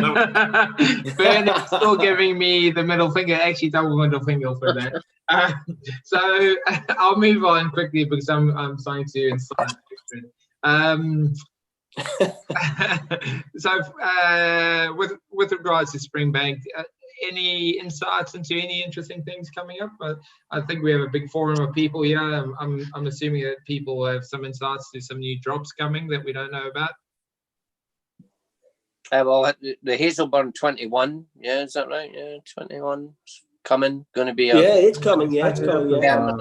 I think it's going to be a permanent thing, I think. The Kilkerran 16, we've obviously missed the long row, I think. So long row 18 should have been out, so that'll be soon. There's a single cast coming. And they were saying that there's a long row single cast coming out. There is a long row single cast, yeah. That was due to come out the same week as the Kilkerran Whip or Pete and Progress 3, wasn't it? But yeah, COVID's just led them up with that. Killed that, yeah. But the thing is, once we get those, we'll have to wait for the rest because some of the vatins won't been done for what they've wanted to do. So those drams will taste a bit different too because they've been sitting vatting for a while, you know. So albeit in plastic tubs, I would imagine. But they have a longer time marrying though, right? Yeah, they do. Yeah. So yeah, there's a few to come, but yeah, you know, what else? Paul, you wanted to say? Hey, Paul. Good old champ. What's in your glass, Paul? Cheers, Paul. Hi. Cheers, Paul. Hi, Paul. Put the mic on. Cheers to you all. Very, very cute to listen to you all at the moment. But I am experiencing very bad internet connection. But the words are clear. No matter, Paul. We love you anyway. You are the writer. You are the writer of IAAS. Yes. Yes, and that is very nice. We enjoy your comments every time they go on the Facebook site, and it's very, very good. Very, very good. So keep on doing that. Thank you.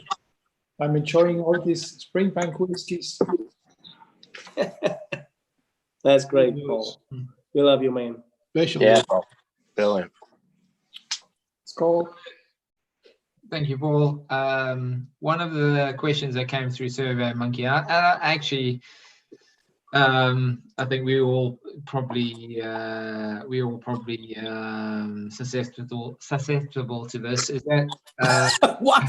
Sorry, the whiskey's getting to me. Alcoholism. That's true.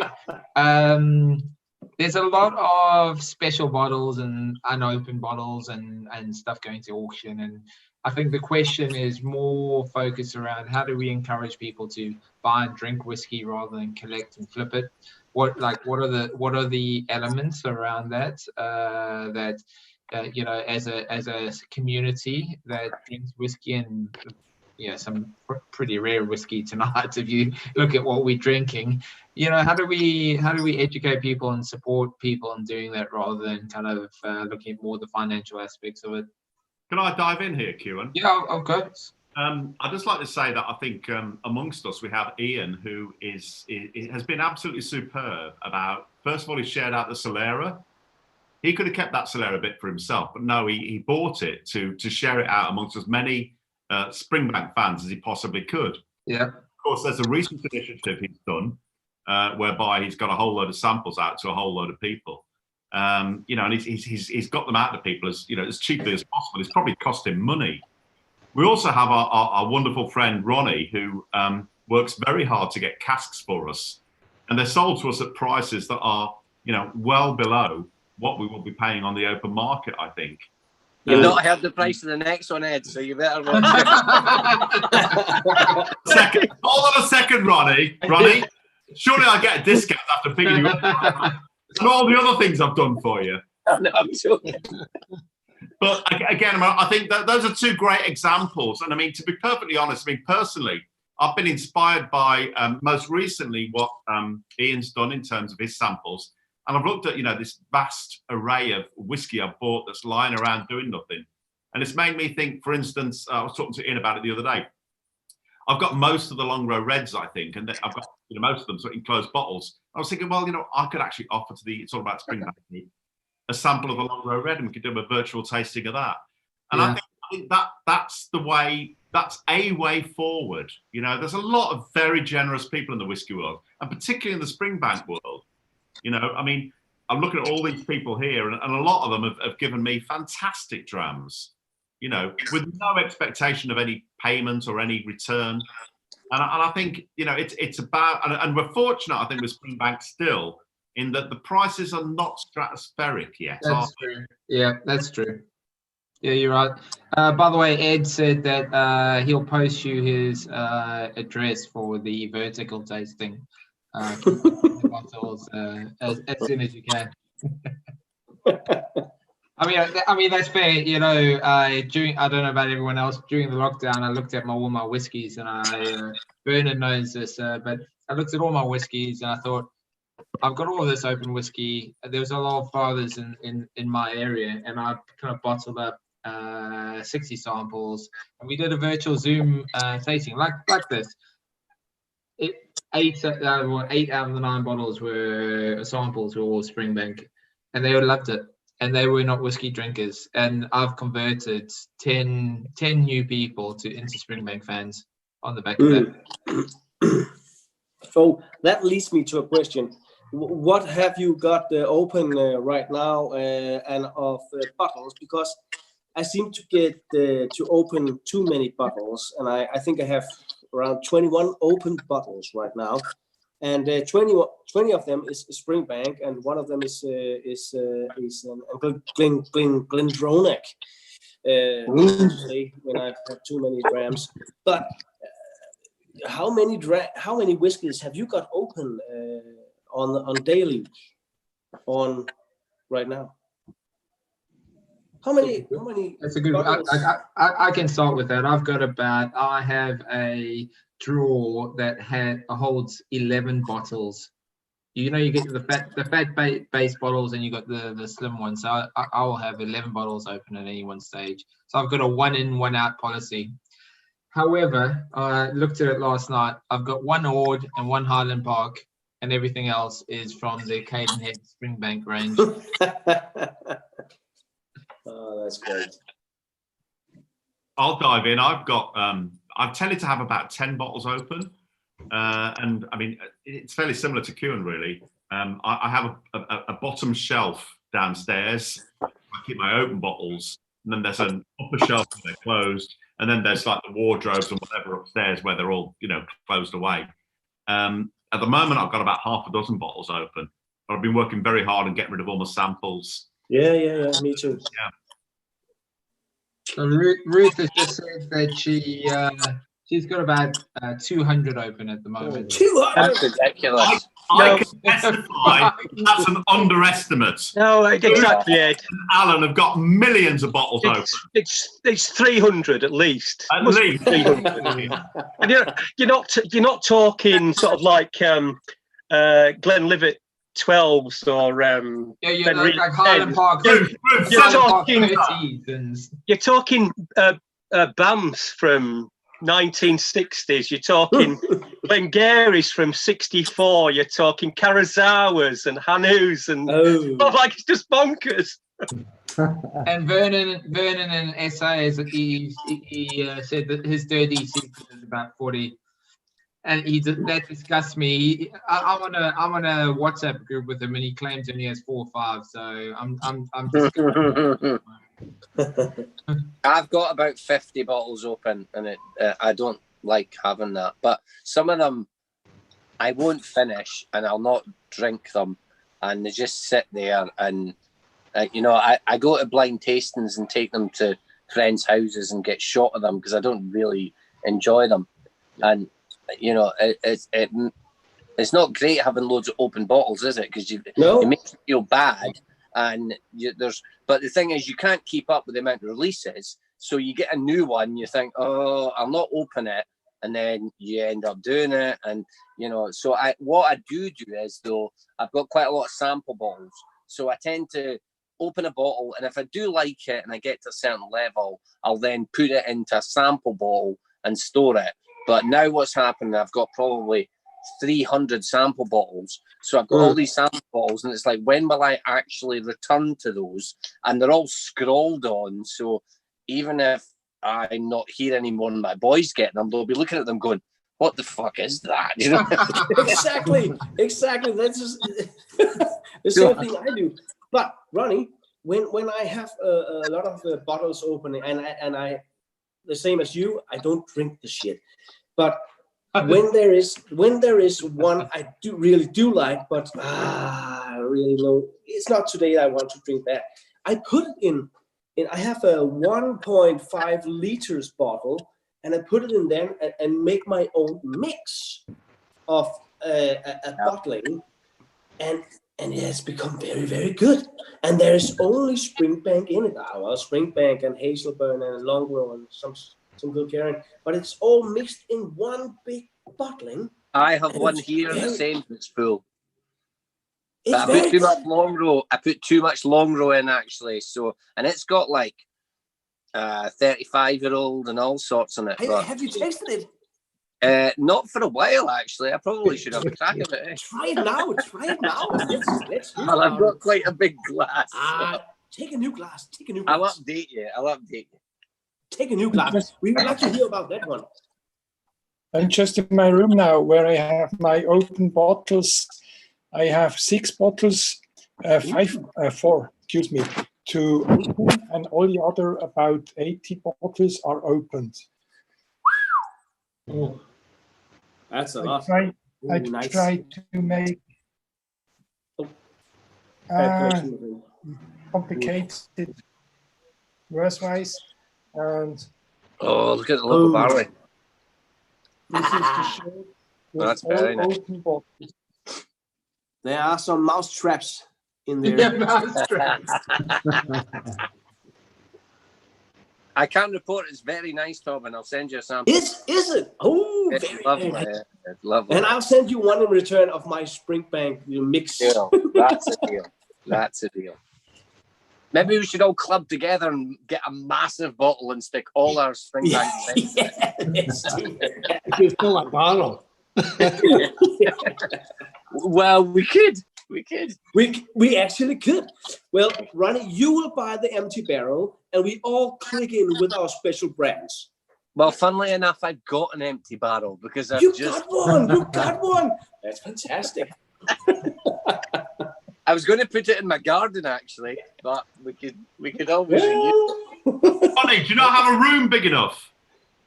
What?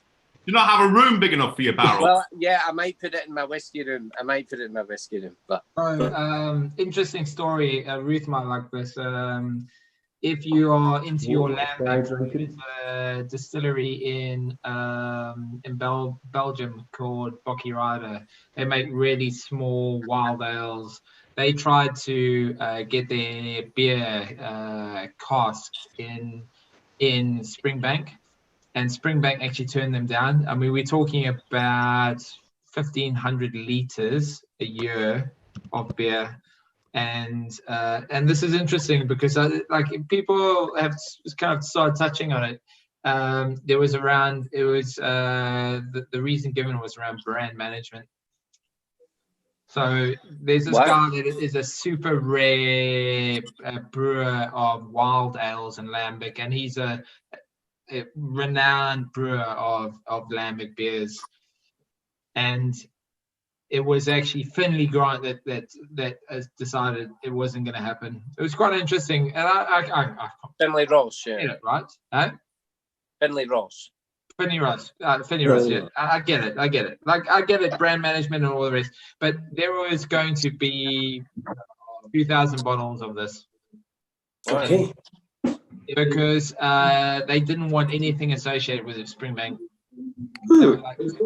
So they put these bottles in Madeira sherry, some of the best red wine on the face of the planet. He like this brewer is renowned for what he does. He's kind of like an artisan in what he does. And it was one of those things. It was quite interesting because and I completely get it. I mean, in Campbelltown, how would you know what a wild ale beer is in Belgium? You won't know about it, right? So, but in the beer or kind of like the food industry, it's quite interesting because people all know about it. So it's a guy called Raf Schuff, very interesting guy, early 30s. He's been kind of making wild ales for the last 40 years, basically in his garage. But he makes some of probably the best wild ale beer on the face of the planet. And very, very expensive. Let me put it in context. How much? What's your comment here? How much do you think a bottle of beer will go for? 750 ml. What kind of strength could? 20 quid. 20 quid. So it's about 5% ABV. 20 quid. Oh, no. It's about 35 quid. So from this brewery, if you can get it, between 500 and 1,500 quid a bottle. Oh my God! I'm not shitting you. I mean, this is the thing. You know, that's whack. It's whack, but it's what you know. It's all about demand and supply, right? I'd rather drink Springbank then. Yeah, I know. But once you've opened it, you've got to drink it. It's not like you can save it for another day. It's tax money. You can keep this one.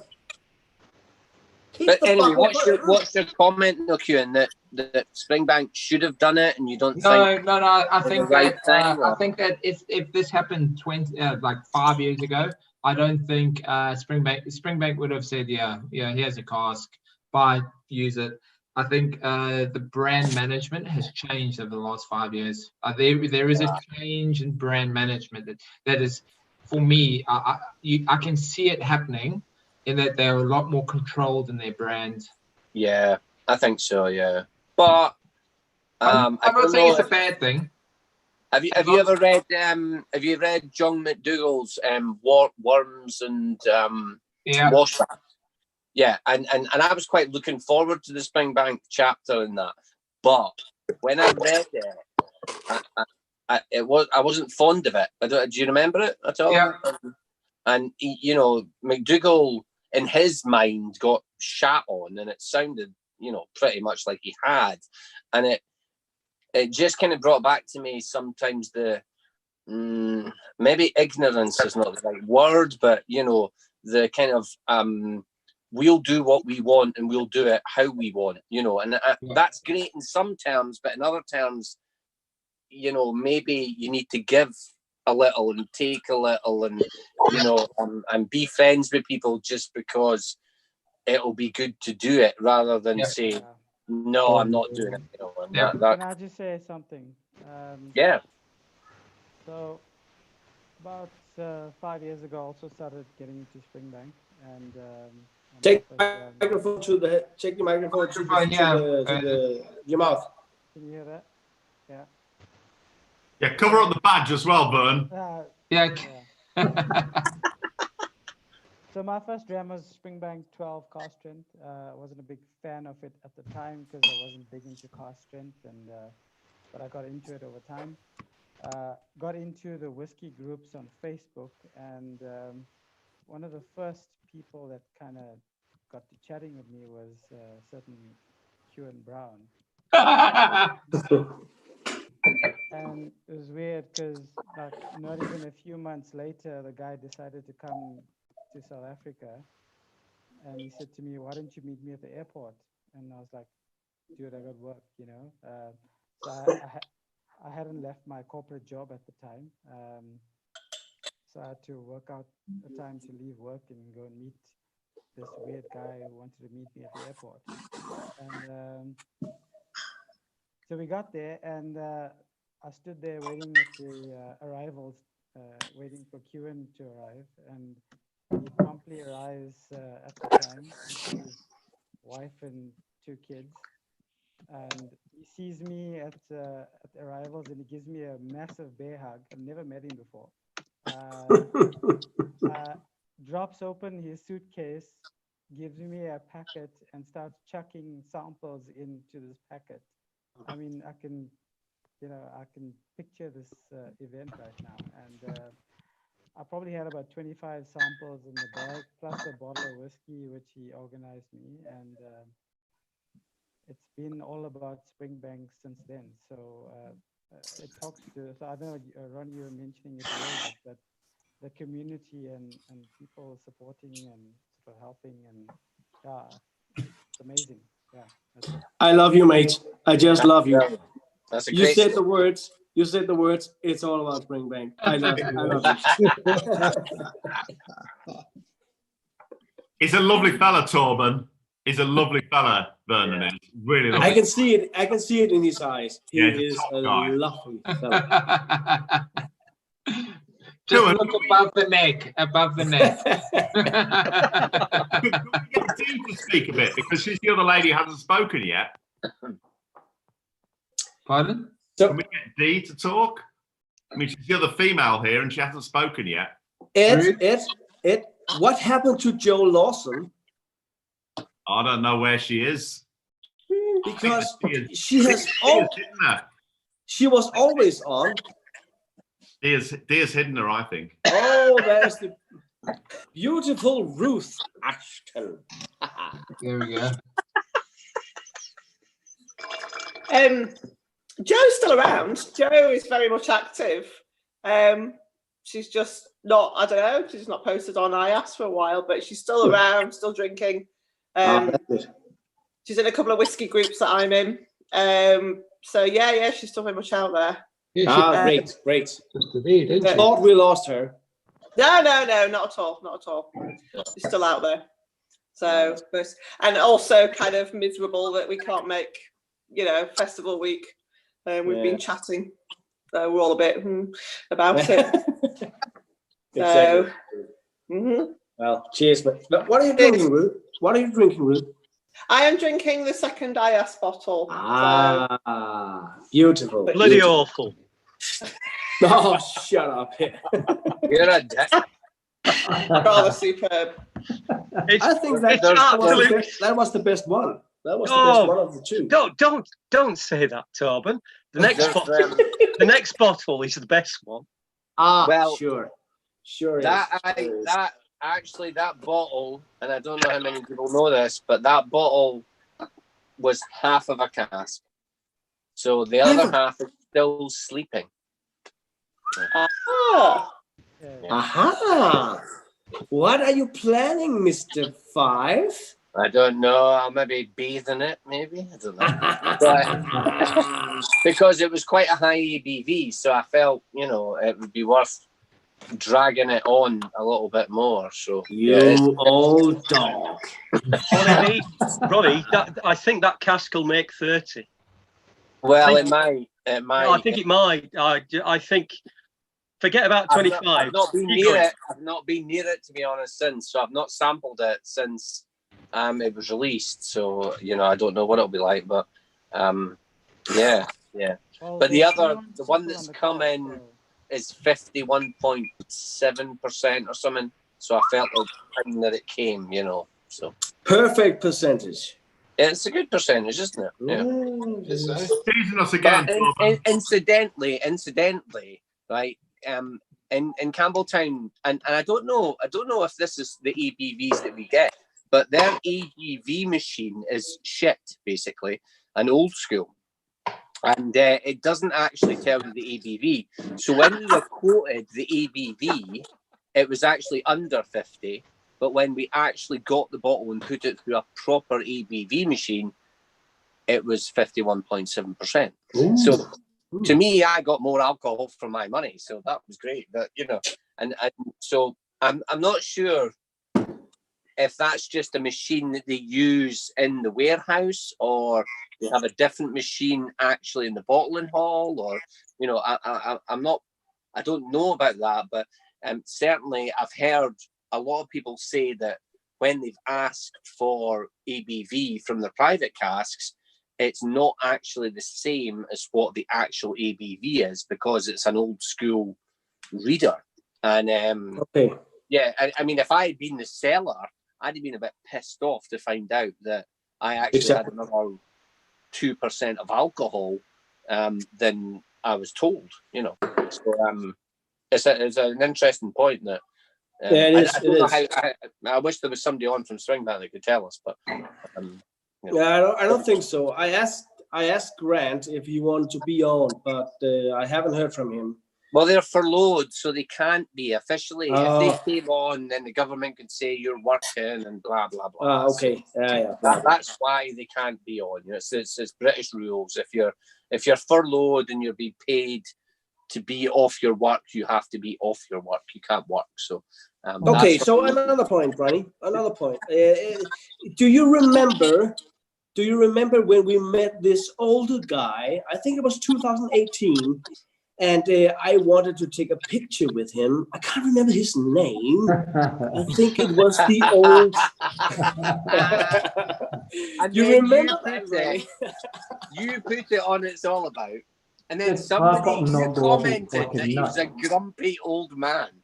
Yeah. And Neil Clapperton went. Neil Clapperton went fucking berserk, and some poor Dutch guy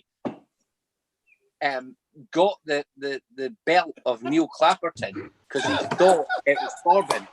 He went absolutely fucking nuts, and we were sitting right beside it as this guy was so funny. was getting it, and he was told to leave the festival and never return to Campbelltown again.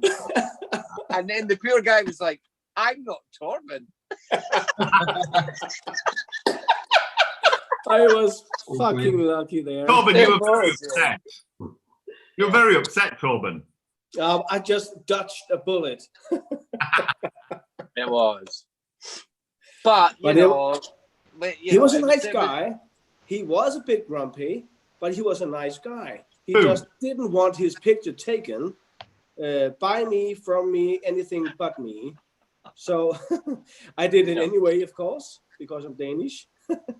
And it was a great picture. You mean that's the Hadley? kind of man he is. That's the man he is. You know, I mean, most heads of companies, you'll see photos of them. They'll be exposed. They'll be, you know, all the big people in whiskey. You know about them. Headley, nobody knows. There's 2 or 3 photos that are published of Headley. He's not in the limelight. He doesn't want that, and that's why that day he wasn't too well. He didn't bother because he wasn't on social media, but when we published the photo on It's All About and then people commented, you know, and I was really pleased because I'd met him, you know, he chatted to me. He didn't like you, Corbyn, but he liked me, you know, because I was a Scotsman. And he was chatting away. And then you came in the frame, took his picture, and then when the comments, and Neil Clapperton went fucking berserk about it. And that was a real headshot. And you nearly got kicked out of the festival on the last day. Holy shit. So boys and girls, now that we've been talking for a bit, what's currently in the glass? What have we moved on to? Ooh, what's currently in the glass? I've gone for the 11 port, which is the long row, which was released in December, is it? So Can Heads. That one. Yeah. That was it. The podcast, John. It was. Yeah. We can all remember. We can all remember that this was the release after Mark Watt departed. So Mark Watt wasn't with us when this came out, and that was the December release. And I think it's not really been publicised because probably it wasn't sent to Serge, and you know people didn't get the samples because Bart was gone, and that was his job. And actually, it's a really, really, really good whiskey. Really together, really nice, lots of fruit, all that long roll kind of seaside stuff, you know. Ronnie, was that a podcast? Yeah. A port, podcast. It's a refill pipe. Ronnie, yeah. What happened to Mark Watt? Danger. I told you not to talk about it. Yeah. I think I told you private what this one. I think, Go on. Go on, Ronnie. Carry on, Ronnie. Well, to be honest, you know something, I think it's the best thing that could have happened to Mark Watt, because he flies a flag. And if he flies a flag for himself, it's better than flying a flag for another company. And I'm sure Mark, and I know lots of people here promoted him and has supported him, and have signed up for his first bottle. And I'm sure he'll do a great job. Do you know what I mean? He's a great guy, brilliant. He's done so much for Cadden Heads. It's sad to see him go. I'm not going to get into why I think he went, but you know, good on him. It's probably the best thing they could have done. Actually, he's got parted company basically. I don't think he wanted to do it willingly, Ronnie. To be honest, there was a bit of a clash of personalities there, but that's another matter. Well, I think we're on there's YouTube a lot of things we could talk about. Yeah, let's not talk about that. Kieran, on to the next bottle. I too have a long row and cold cask that is, but from the cage, and it's a soft smokiness, beauty, butterish of a freaking dram. I really love this one. Torben, pour me. It's his fucking shirt off. Pour me some. Torben, please. Give me your glasses. That's the bottle on the Thursday morning. On the Thursday morning of the festival, you pushed past me in the cage to get that bottle. You did. Yes. I remember distinctly. I remember. You that. did. I said I wanted a long row port. You pushed past me in the cage and got that bottle.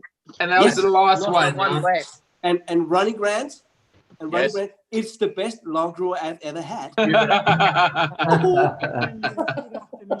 thought you were such a nice bloke, Torben. Let me pour you one. Let me pour you one. It's like fisherman's tales, isn't it? You see this? You see this? What a it's nice. Nice. I am going to unmute.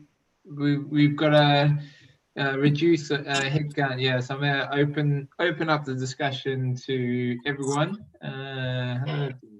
How many are we on now, Kieran? 20 people. 20 people. Okay. How many have been on? I think we got up to about 35 at one stage, and then we had about 16 people on YouTube as well. Okay, because I can read in my right corner 176. I don't know what it is. It's the number of people who want to kill you for stealing Ronnie's port bottle.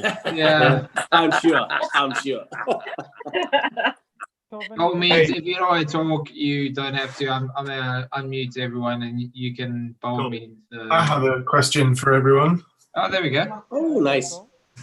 And I think somebody mentioned it earlier. The upcoming long row. I believe it's a 12-year-old Sauterne single cask. Has anyone tried it? No. They didn't have it for trying yet, so that's why. I think it was just vatted before they went off on furlough, so I don't think anybody's tried it, but I'm sure it's lovely because Sauterne's always quite sweet and it works for long rows, so I'm sure it'll be a beauty. Closest we've had is probably the Society bottle that was 10-year-old, and that was lovely.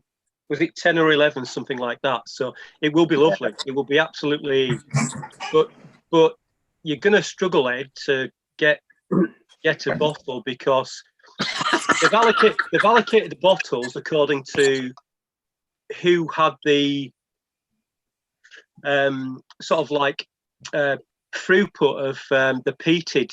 So if a retailer had a lot of peated bottles sold, they would get a bigger allocation than other retailers. So your best option's probably going to be against the bots online at the Whiskey Exchange, at the Master Malt, etc., etc., etc. Unfortunately, I'm talking to Ian, basically. Hey guys, just on the stuff. The long row 11 Society bottle from not the last one, the one before. Yeah, rubbish. Don't buy it. Don't buy it. It's awful. Awful stuff. Loving it. Absolutely. It's a perfect whiskey. It's crap. Don't get it. Don't get it. Don't ever buy it. Don't ever bid against. Yeah, throw it in the bin, right? Don't ever bid against me in an auction, please. It's rubbish. I pour Coke in it mostly. It's not even worth Coke. Like you're into Pepsi Max, right? Yeah. No. Coke Zero's better in it. Diet Pepsi Max. Sachin, we don't want to know what you do with your drugs. Rock Cola. I mean, Hi everyone. Can I introduce myself? Go on. Sorry, go on. Yeah, I'm Rod. I'm a relative newbie. I'm in isolation on my own. But I managed, before I left home, I managed to bring a few bottles. And the 2 Springbank bottles I've got are the Society Hazelburn. Ooh, nice. And the Society Longrow that we just going. So I'm slowly getting those two to try and get out of my depression of being on my own for 12 weeks. But and I've just bought the Keg 18. That's quite nice as well. So I'm using whiskey to self. Okay, Rod, can I ask a big favour? Drop me a PM on Facebook, and I'll send you some samples through the post. How's that? Oh, just to keep going. Thank you very much. Cheers to that. Cheers to that. Cheers to Rod. Mr. Dutton, talk to me about port cask cage bottlings. Are you referring, Mr. Sunderland, to the lovely Ruth, by any chance? she who must not be named. She's looking a bit pensive. Last year's festival. She's looking a bit pensive at the moment, and she's about to show us her bottle. Look. Yeah. What time were we queuing outside Cadenheads last year? It's not fair, Ruth, is it? Come on. Are we doing you a disservice? God, I don't actually remember this happening. I must have been quite drunk. Not as early as you and me, Ed, at about 3 a.m. Apparently, I elbowed everybody out the way. Well, apparently. Good way to go. Ruth is not a morning person, so me and Ed were chatting away in the queue, and we were stood there conversing as you do, and we saw the cage was full, absolutely cramped full, and Ruth was behind us. She actually forced her way into the queue. She hadn't actually been queuing for 3 hours. She actually joined us. Nice. And then she was in our group, obviously, and then she saw these port bottles in the cage, and she almost trampled us. And we're not insubstantial guys, are we? And we were sort of like, well, I don't know what happened. She was a force of nature, and she came out clutching these 2 port bottles, 16 or 17-year-old Springbank port, and we're left with Hazelburn 6 and 7-year-old. I cannot remember that happening. That's what's happening. I cannot remember that happening. I know I got 2 cage bottles, obviously I've got one here, but I don't recall that away. If I did, I was probably quite drunk. Well, 2019, I came with straight to Campbelltown, went to Cadenhead shop, and Michael Scott said, "I've reserved your bottle," and it was an 18-year-old port. And if he had been a woman, I would have shagged him, because I was just like, I cannot believe you have found me an 18-year-old port in You the cage. son of a bitch. I know. Check it out, Torben. Fucking hell. Fucking hell. God damn you. I mean, guys, for the last 4 years, you're running for great. the last 4 years, I've never ever managed to pick up a port bottle from the cage. I've tried, and I've had rum, and I've had sherry and bourbon, and I've had everything. I've never managed to pick up a bottle of port from the cage while I've been there. So if anyone does want to send me a sample of one, next time I see you, I'll let you slip a finger up there. But no, I've got one. You can have this. If you send me your address, you can have if it's a large sample, then I'm up for slipping fingers and whatever. Have to do with him. As long as you get some. I've got one here you can have, 2018. There you go. As long as I can stick my finger up your arse, there you go. This has been recorded on the internet. I just want to point that out. Don't record it. Don't record it. Don't record it. No, I can't do that. It's on YouTube for eternity. Sachin, when the lockdown ends, you and Dee need to come over here because I've got a cage bottle of port, and I'll open it for you and have a bit. All of those casks, I'm coming over there. Yeah. Or you know what? You come and join us, and we'll share the love. We'll take it in Yeah, turn. we share the love. And if you come to Leeds, if you ever pass in Leeds, come up here. Yeah. We're in Yorkshire, so absolutely. Pauline, we have a lot of whiskey. You do a bit of work in London, so So do we. if Leicester's kind of on your route, we're here. People, we're here. If anyone's in Leicester, you're welcome to ours. Definitely. And Sheffield's in the middle of Leicester and Leeds. So. That's where I am. Yeah, I'm in Sheffield as well, so we'll have to meet up, Rod, when all of this. All right. Fantastic. Who's that? Ed, was that? Yeah. Rod. That's Andy. I'm from Sheffield. Oh, Andy. Ruth. I'm from Sheffield, Ed. Are you from Sheffield? Yes. London's open too. So yeah, I'll have to come by and see you. Carry on for a minute. London's open too. Sounds good.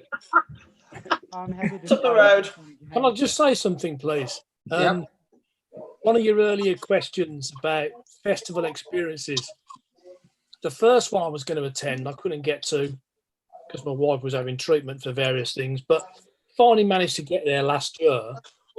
And John McFadden made me feel so welcome at that drink we had in his garden, the atmosphere with us there. It was the start of, for me, probably the best socially related whiskey occasion I've ever had. And the camaraderie between everyone at the whole festival, I think, is unbelievable. Superb. Yeah, I agree with that. My first year, I think. Shout out to you, John. Honestly, fantastic. Yeah. Great to have a dram with you every time. It was superb. It was great. a brilliant week. And I suppose it makes it all the more frustrating that it never happened this year, doesn't it, really? Yeah, right. Right. So many people are happy by the fact it's not happened, but I'm afraid it's just reasons beyond our control.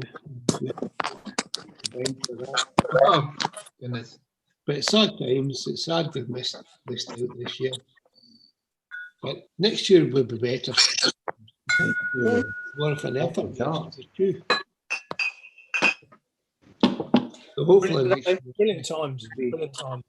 Do we think the September Cadenhead's Cornyard is going to happen? Possibly. According to Nicola, it might happen. Really? I thought it was well been. Is there enough space to socially distance? There has to That'll be by a ball here if it does happen. Do you know what I mean? It was going to be. I'm not a huge fan of Nicola, but she seems to be doing things the right way. She's done all right, better than exactly. Boris. As a consequence, I think. Come on, Ian. No, she's a SNP. But I'm not into the SNP, but I think Nicola has done the right thing by not going with what the UK government have done. I think that's a great thing. Ronnie, I don't give a shit as long as it means that I don't. There's no delay in getting your bottle to me. the next IAAS bottle, as long as it gets to me, not bothered. Well, I'm we'll at have home to see. anyway. I'm in We'll have to lockdown. see. I'm in It won't be lockdown. long. It won't be long. It won't be long. It won't be. Just get it to me. Nicola can do what she wants. It's not just a. This is not a. You know, it's quite an old bottle. Do you know what I mean? It's not a shitty bottle, so you better prepare your bank account. I know, but she's quite old as well, so. Oh, that's fine. That's fine. I know Derek Mather refers to her as evil Jimmy Cranky. I don't think he's a fan of Nicola. British people will get that. I don't like Nicola either, but you know, I think she's done the right thing for us, and she's thought outside the box and not gone along with what Boris and his crew have done. And that's Ronnie, I'll swap you. Yeah. Yeah, I'm sure you would. I'm sure you would. You know what I mean? I'm quite happy. More to the point, how are things in Campbelltown, John? Hamilton overall has been pretty good. We did lose one individual. The ambulance man, I remember him. He did, aye. He was only 52. He was waiting. But that was sad. But of course, in his job, he came into contact with many people, and the likelihood is that that's what happened to him. But there was other people had it as well. He wasn't the only one. Some people that are older than got it too, but they survived. And it's quite unusual at times. It's some of the younger ones who die, and the older ones survive it. But Campbellton's quite fortunate. It takes longer for these things to reach here, but yet it takes longer for it to go. And in the case of the courtyard, I'm not so sure it will happen. It's also quite a small venue as well, too. It's going to be on the cusp of us starting back to normal life, basically. You know what I mean? I'm not sure it will happen or not. You know? It's all going to coincide round about the same time. It was, I think it was the 13th of September last year. Yeah. It might just be a week or two too early, but there's always a hope that it would go ahead. Well, Ranald said that they might expand the Caddyhead courtyard to give a bit more back. So maybe a Springbank Saturday or do you know what I mean? So that's what I heard. Would be brilliant, you know. But whether it happens or not, we'll do to the Scottish government. It'll be about the Scottish government. England will still be planning about killing themselves and getting out there. Johnny. Listen, John, there must be an anxiety though about the courtyard thing. Campbelltown is a small, compact, remote society. Exactly. There will be anxiety about a whole lot of visitors coming in. That's always a fear, of course. But I think switch Torben off, he's shagging. Don't switch Torben's mic off. Listen. Sorry, John. I think us in the southern He's back. Yeah. That was quick. So, guys, are you all filled up with Torben? You've been up to? Oh, I just visited the loo. Oh, I just married Torben. We know what it's like. Yeah, guys, what do you call the toilet? Do you call it the loo? The loo? The ball. Good Rolling Stones songs. What do you call the toilet? The loo or the John or whatever? The bog or the toilet? The loo. Bog. The loo. Okay, The loo. that's what I've heard in the movies. I'm going to the pisser. No. Our colonial Going to the pisser. but for us it's the tallest. In Scotland, Yeah. you There's a tend to snake. say what you're going to do. So you say, "I'm going for a piss," and "I'm going for a shite." That's what you say. Don't call it anything. It's just, "I'm going for a piss." It's what it Say it is. like it is, right? Mono. Say it like it is. Correct. Don't mess about, Ronnie. Say it like it is. Say it like it is. Yes. I will next time. I will next time.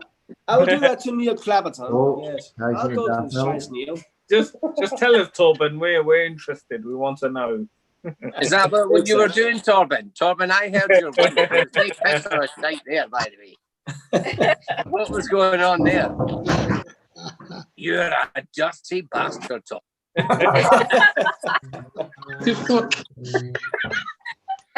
This is an online drinking session, not some fucking pub. Turn the YouTube stream off now. Ronnie, at least you'll get home safe tonight. I'm not sure there's that many people on the YouTube, but we really don't want this being public, do we? Well, there's 10 apparently. There's 10. Give me 5 minutes. Let me just sort this out. Hey, it is what it is. Indeed. Cheers Cheers to that. Cheers to that. Indeed. Slanger. We would have been in the feathers now. Yeah, we'd all be in the feathers. Yeah, I said, Listening to shite music and yeah. Oh, come on, Ron, it wasn't shite. We were listening to Led Zeppelin. No, we would have been. Indeed. We would have been arguing with Ed about the long and winding road. Ed's always right. That was written about the journey to Campbelltown, Ruth. No, it wasn't. Yes, it was. It was. That's Winding true. road. Long winding road is written about Campbelltown. Hold on. John McFadgen, you're the expert. You're the local. Tell us the truth.